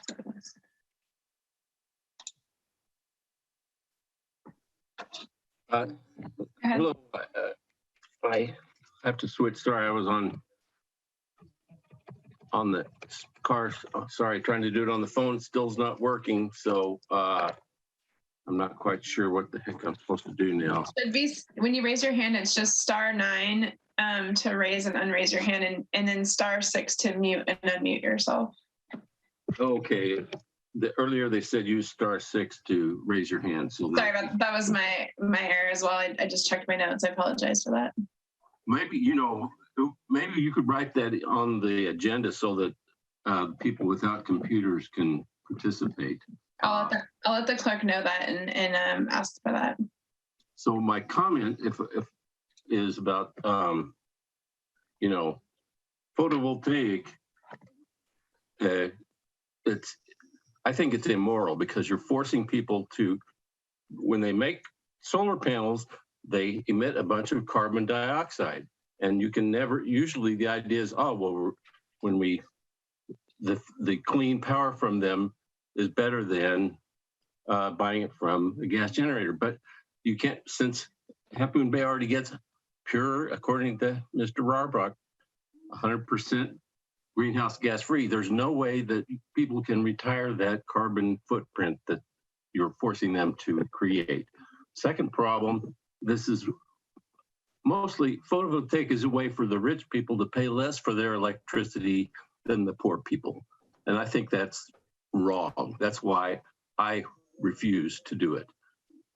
You can preen however much you want, but if you look at who gets the cheap electricity from these things, it's wealthy people. I'll stop there. Thank you. Thank you.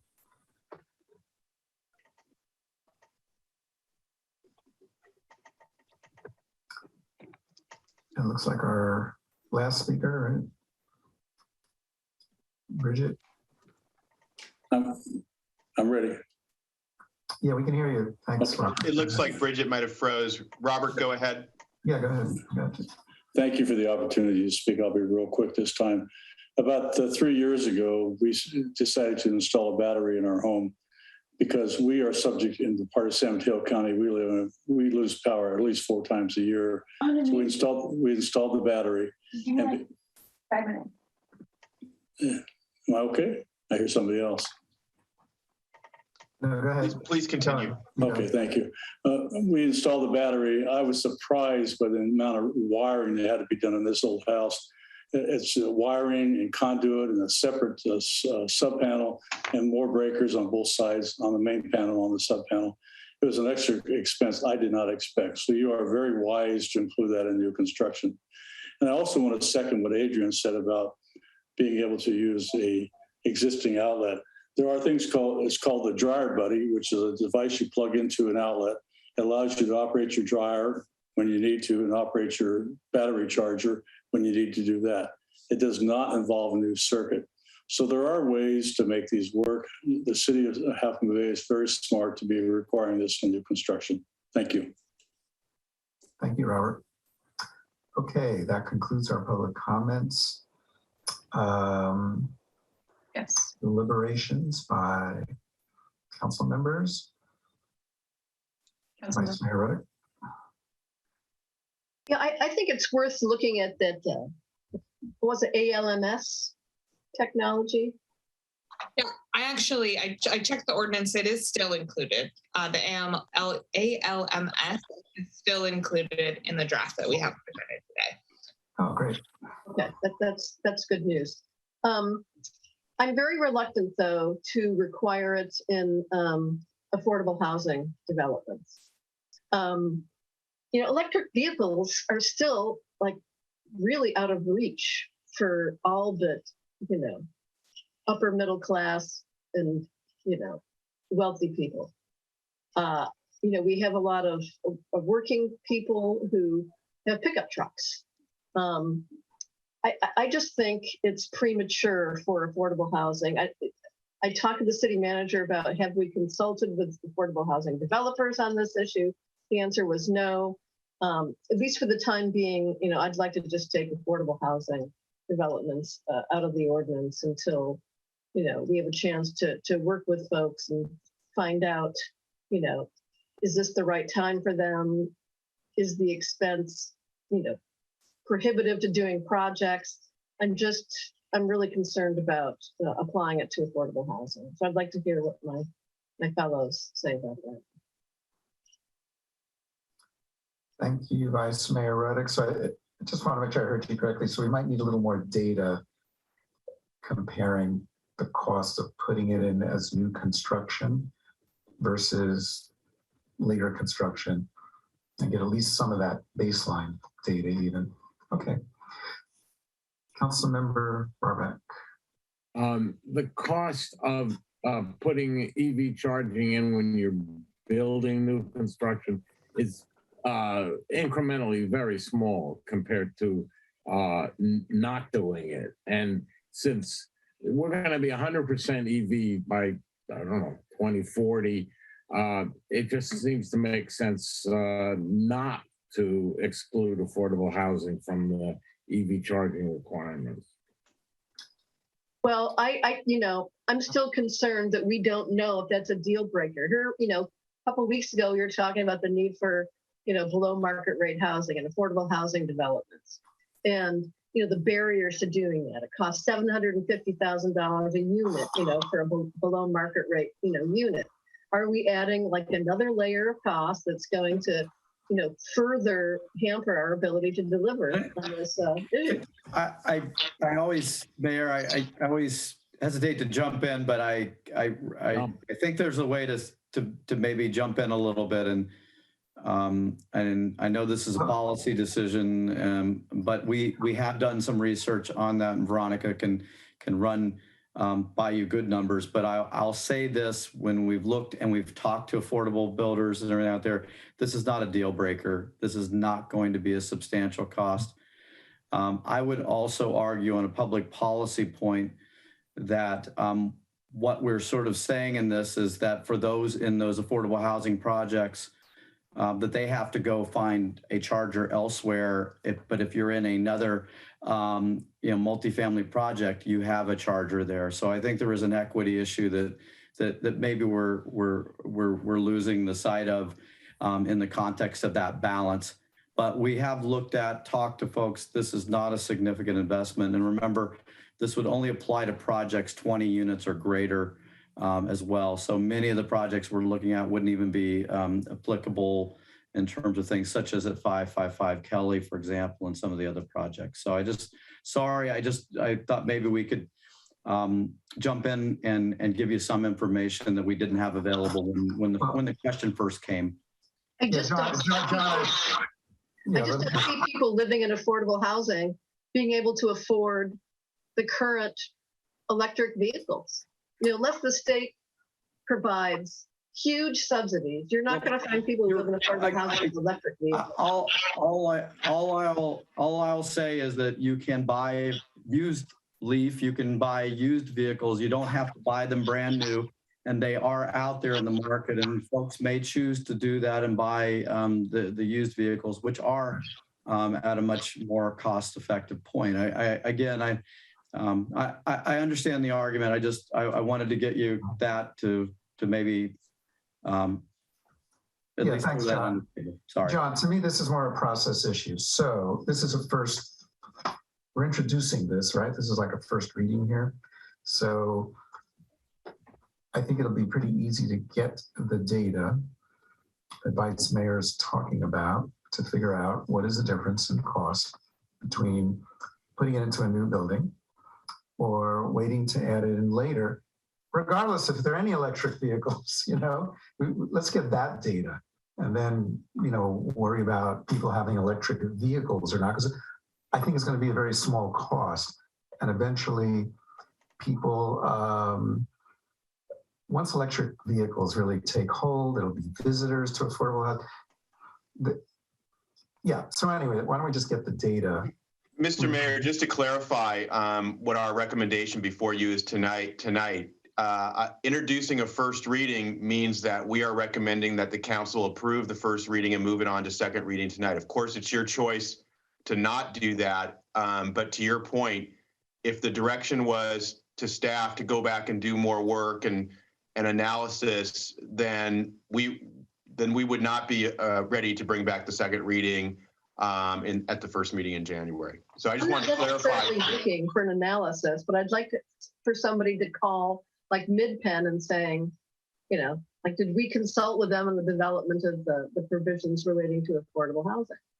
You know, what do they think? Could we find out or ask Veronica to find out what is the cost of putting in one level 1 ready, one level 2 capable? What each of those items, what is the exact cost in new construction of adding that extra whatever you need? If we can, Veronica can speak to a little bit of what she's done in terms of that research.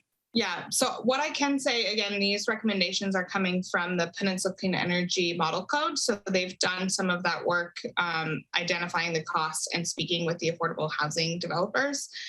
It does cost for a multifamily unit that is installing EV, it would cost about $1,000 per station, assuming that 90% is EV1 ready and 10% is level 2 EV ready. It's about $1,000 per.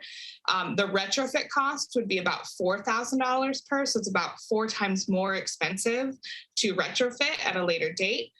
And I also looked at a couple models that looked at projected buildings. So if we had a 60 unit affordable housing facility that had that cost about $30 million, it would be about $60,000 to install the EV required under the code. So it's about 2.2% increase in cost for overall construction. And there are actually incentives available through Peninsula Clean Energy. I believe it's $1,000 for the level 1 and $1,500 for the level 2 per unit. That's usually reserved for projects that go beyond the REACH code, but affordable housing can actually use it for their projects to meet the REACH code requirements. So there's a project underway in Redwood City right now by Mercy Housing, and they're receiving about $150,000 worth of incentives, and they're spending about $50,000 on the EV charging. So there's a little bit of information if that's helpful, but if you want us to look into more, well, no, that's very helpful. That's exactly. Exactly what I wanted. And I would just mention, if we ever got to that point and the city was involved in the financing in any way, as you guys know from our previous meeting, these projects are complex and multiple funding sources. So if it ever gets to that point where the city has an opportunity to assist with the project, we have our own affordable funding housing funds, and that money could also be used to subsidize this particular portion of the cost of the project. Okay, I'm good. Thank you. Any other comments around discussion? And if not, someone like to make a motion? I'll make it if you put it up.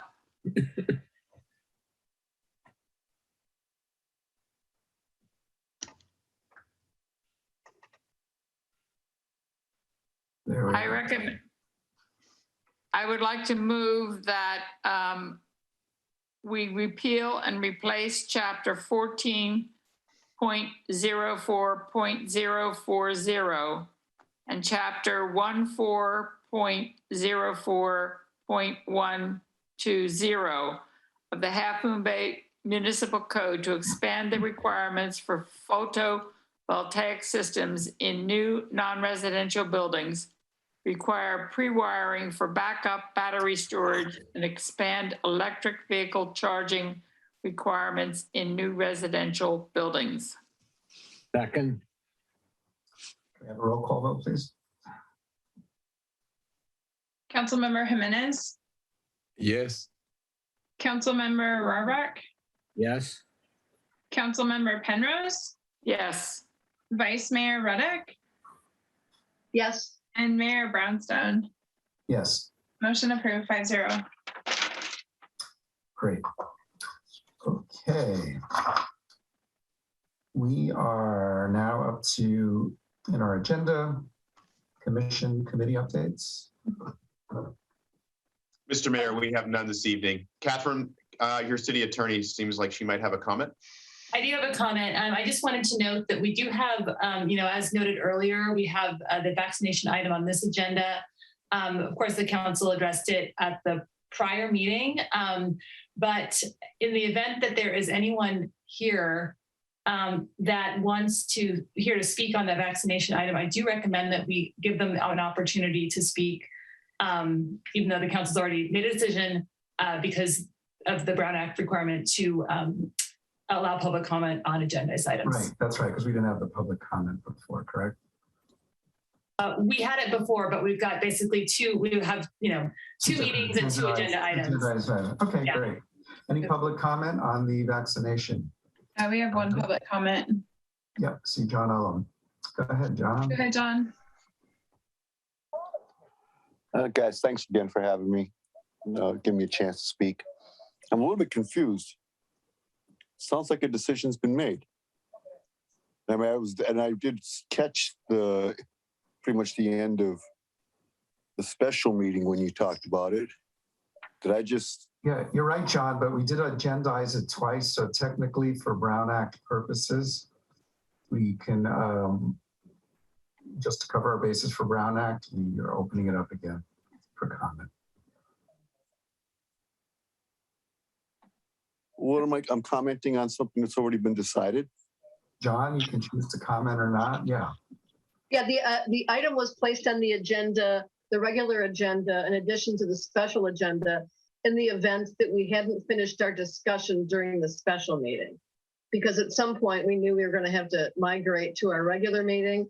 So staff put it on twice, so allowing us to be able to deal with it after the regular meeting if we hadn't reached a decision at the special meeting. Does that help?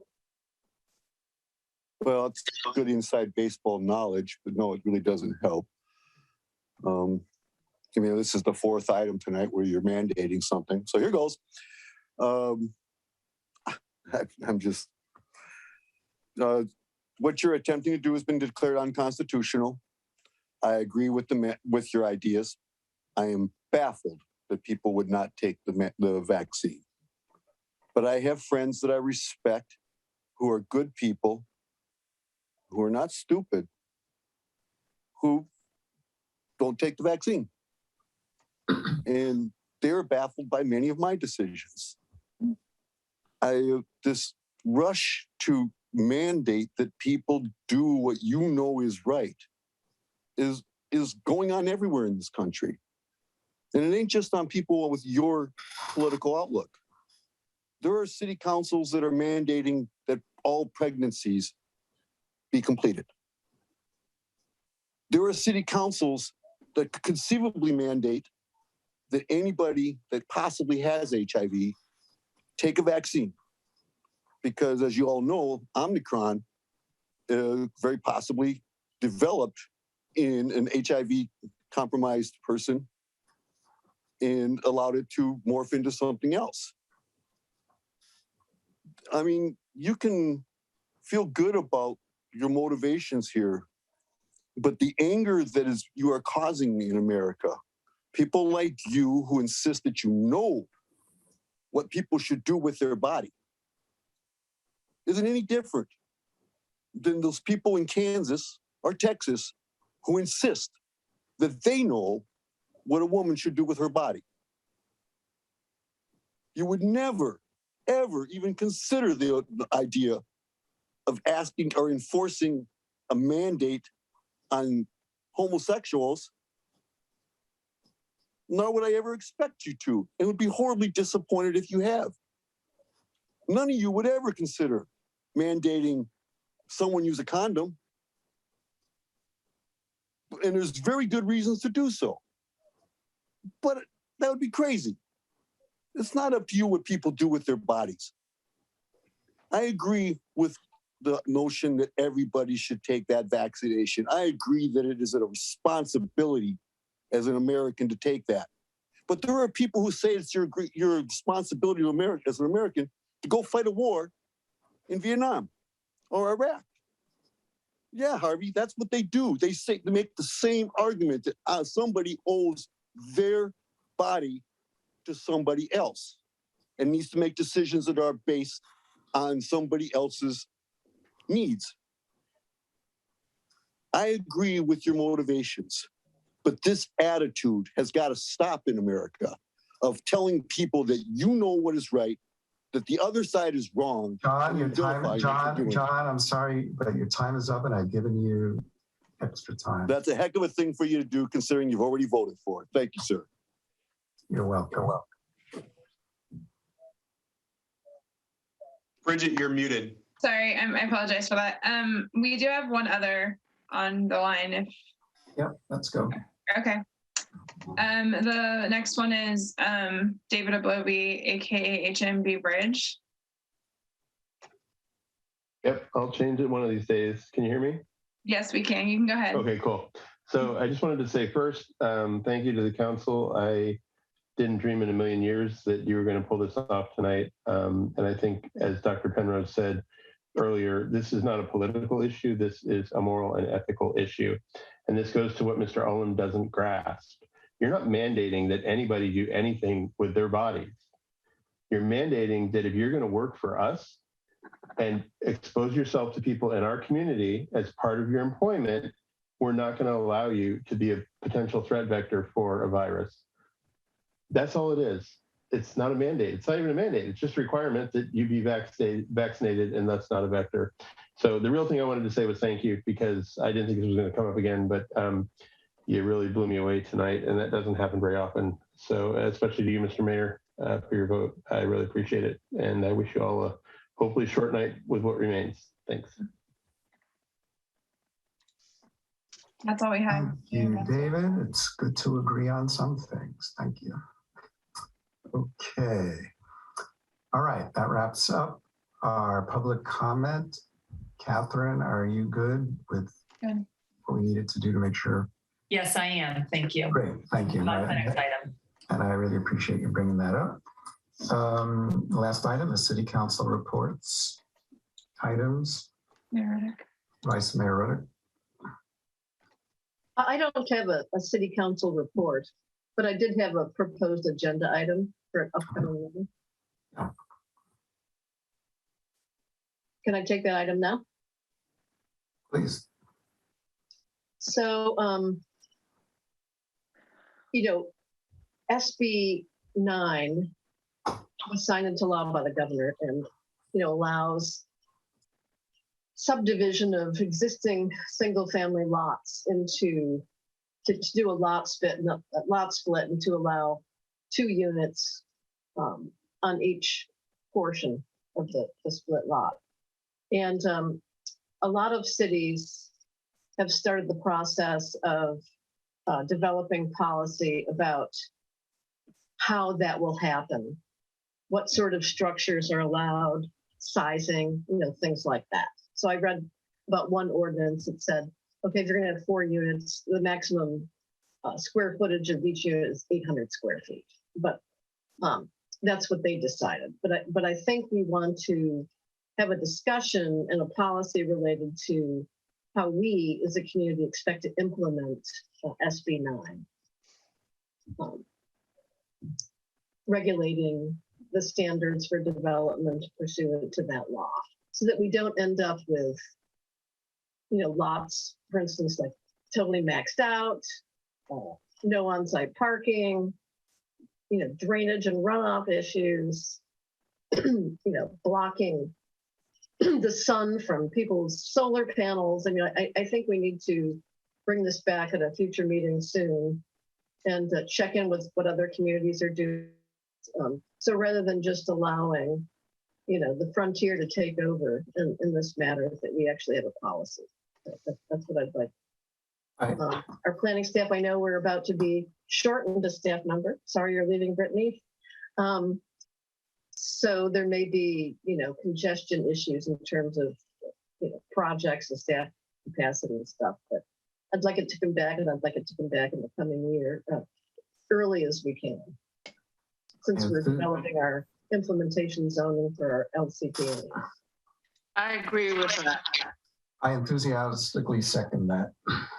And Mr. Mayor and members of council, it already is on our to-do list, but as Councilmember Reddick just mentioned, there are many things on our to-do list. And so this will compete with other items as we move into next year and have our priority setting discussion with you. But it absolutely is on the to-do list, just like the planning department did a ordinance after the state came out with the ADUs. The same applies here. And so it is on the to-do list. Thank you. Okay. I think that's it. We got through everything. One more comment. Oh, one more comment. Councilmember Jimenez. I just want to say that the Night of Lights had a lot of fun. I was there from 4 p.m. to I don't know what time, and I saw a lot of families having fun, the children having fun, the activities from early in the day. So I think it was something that it had been needed by the community to do. So I want to thank everybody who helped in organize this to happen. I didn't hear of any incidents. I mean, everybody was having a lot of fun. And I want to say thank you to the organizers. Thank you, Councilmember Jimenez. All right. I think we've gotten through everything. I just have one last comment. This is the last council meeting I am facilitating as mayor. We have a transition at our next meeting. We will have somebody else as mayor facilitating. So I just want to say it's been a heck of a year, folks. And it was great stepping into the fire, and we haven't always agreed, but we've worked pretty hard on a lot of items. So it's been a pleasure taking the helm for a year, and thank you all for working together. So appreciate that. All right. Thank you, Robert. Thank you, Robert. Thank you. Thank you. Gracias, señor. And thank you, staff, for God's sakes, for just always helping us move through things and making our lives easier. So great. Good night, everybody, and we'll see you soon. All right. Take care. Bye. Bye. Good night. Night. Good night. Good night.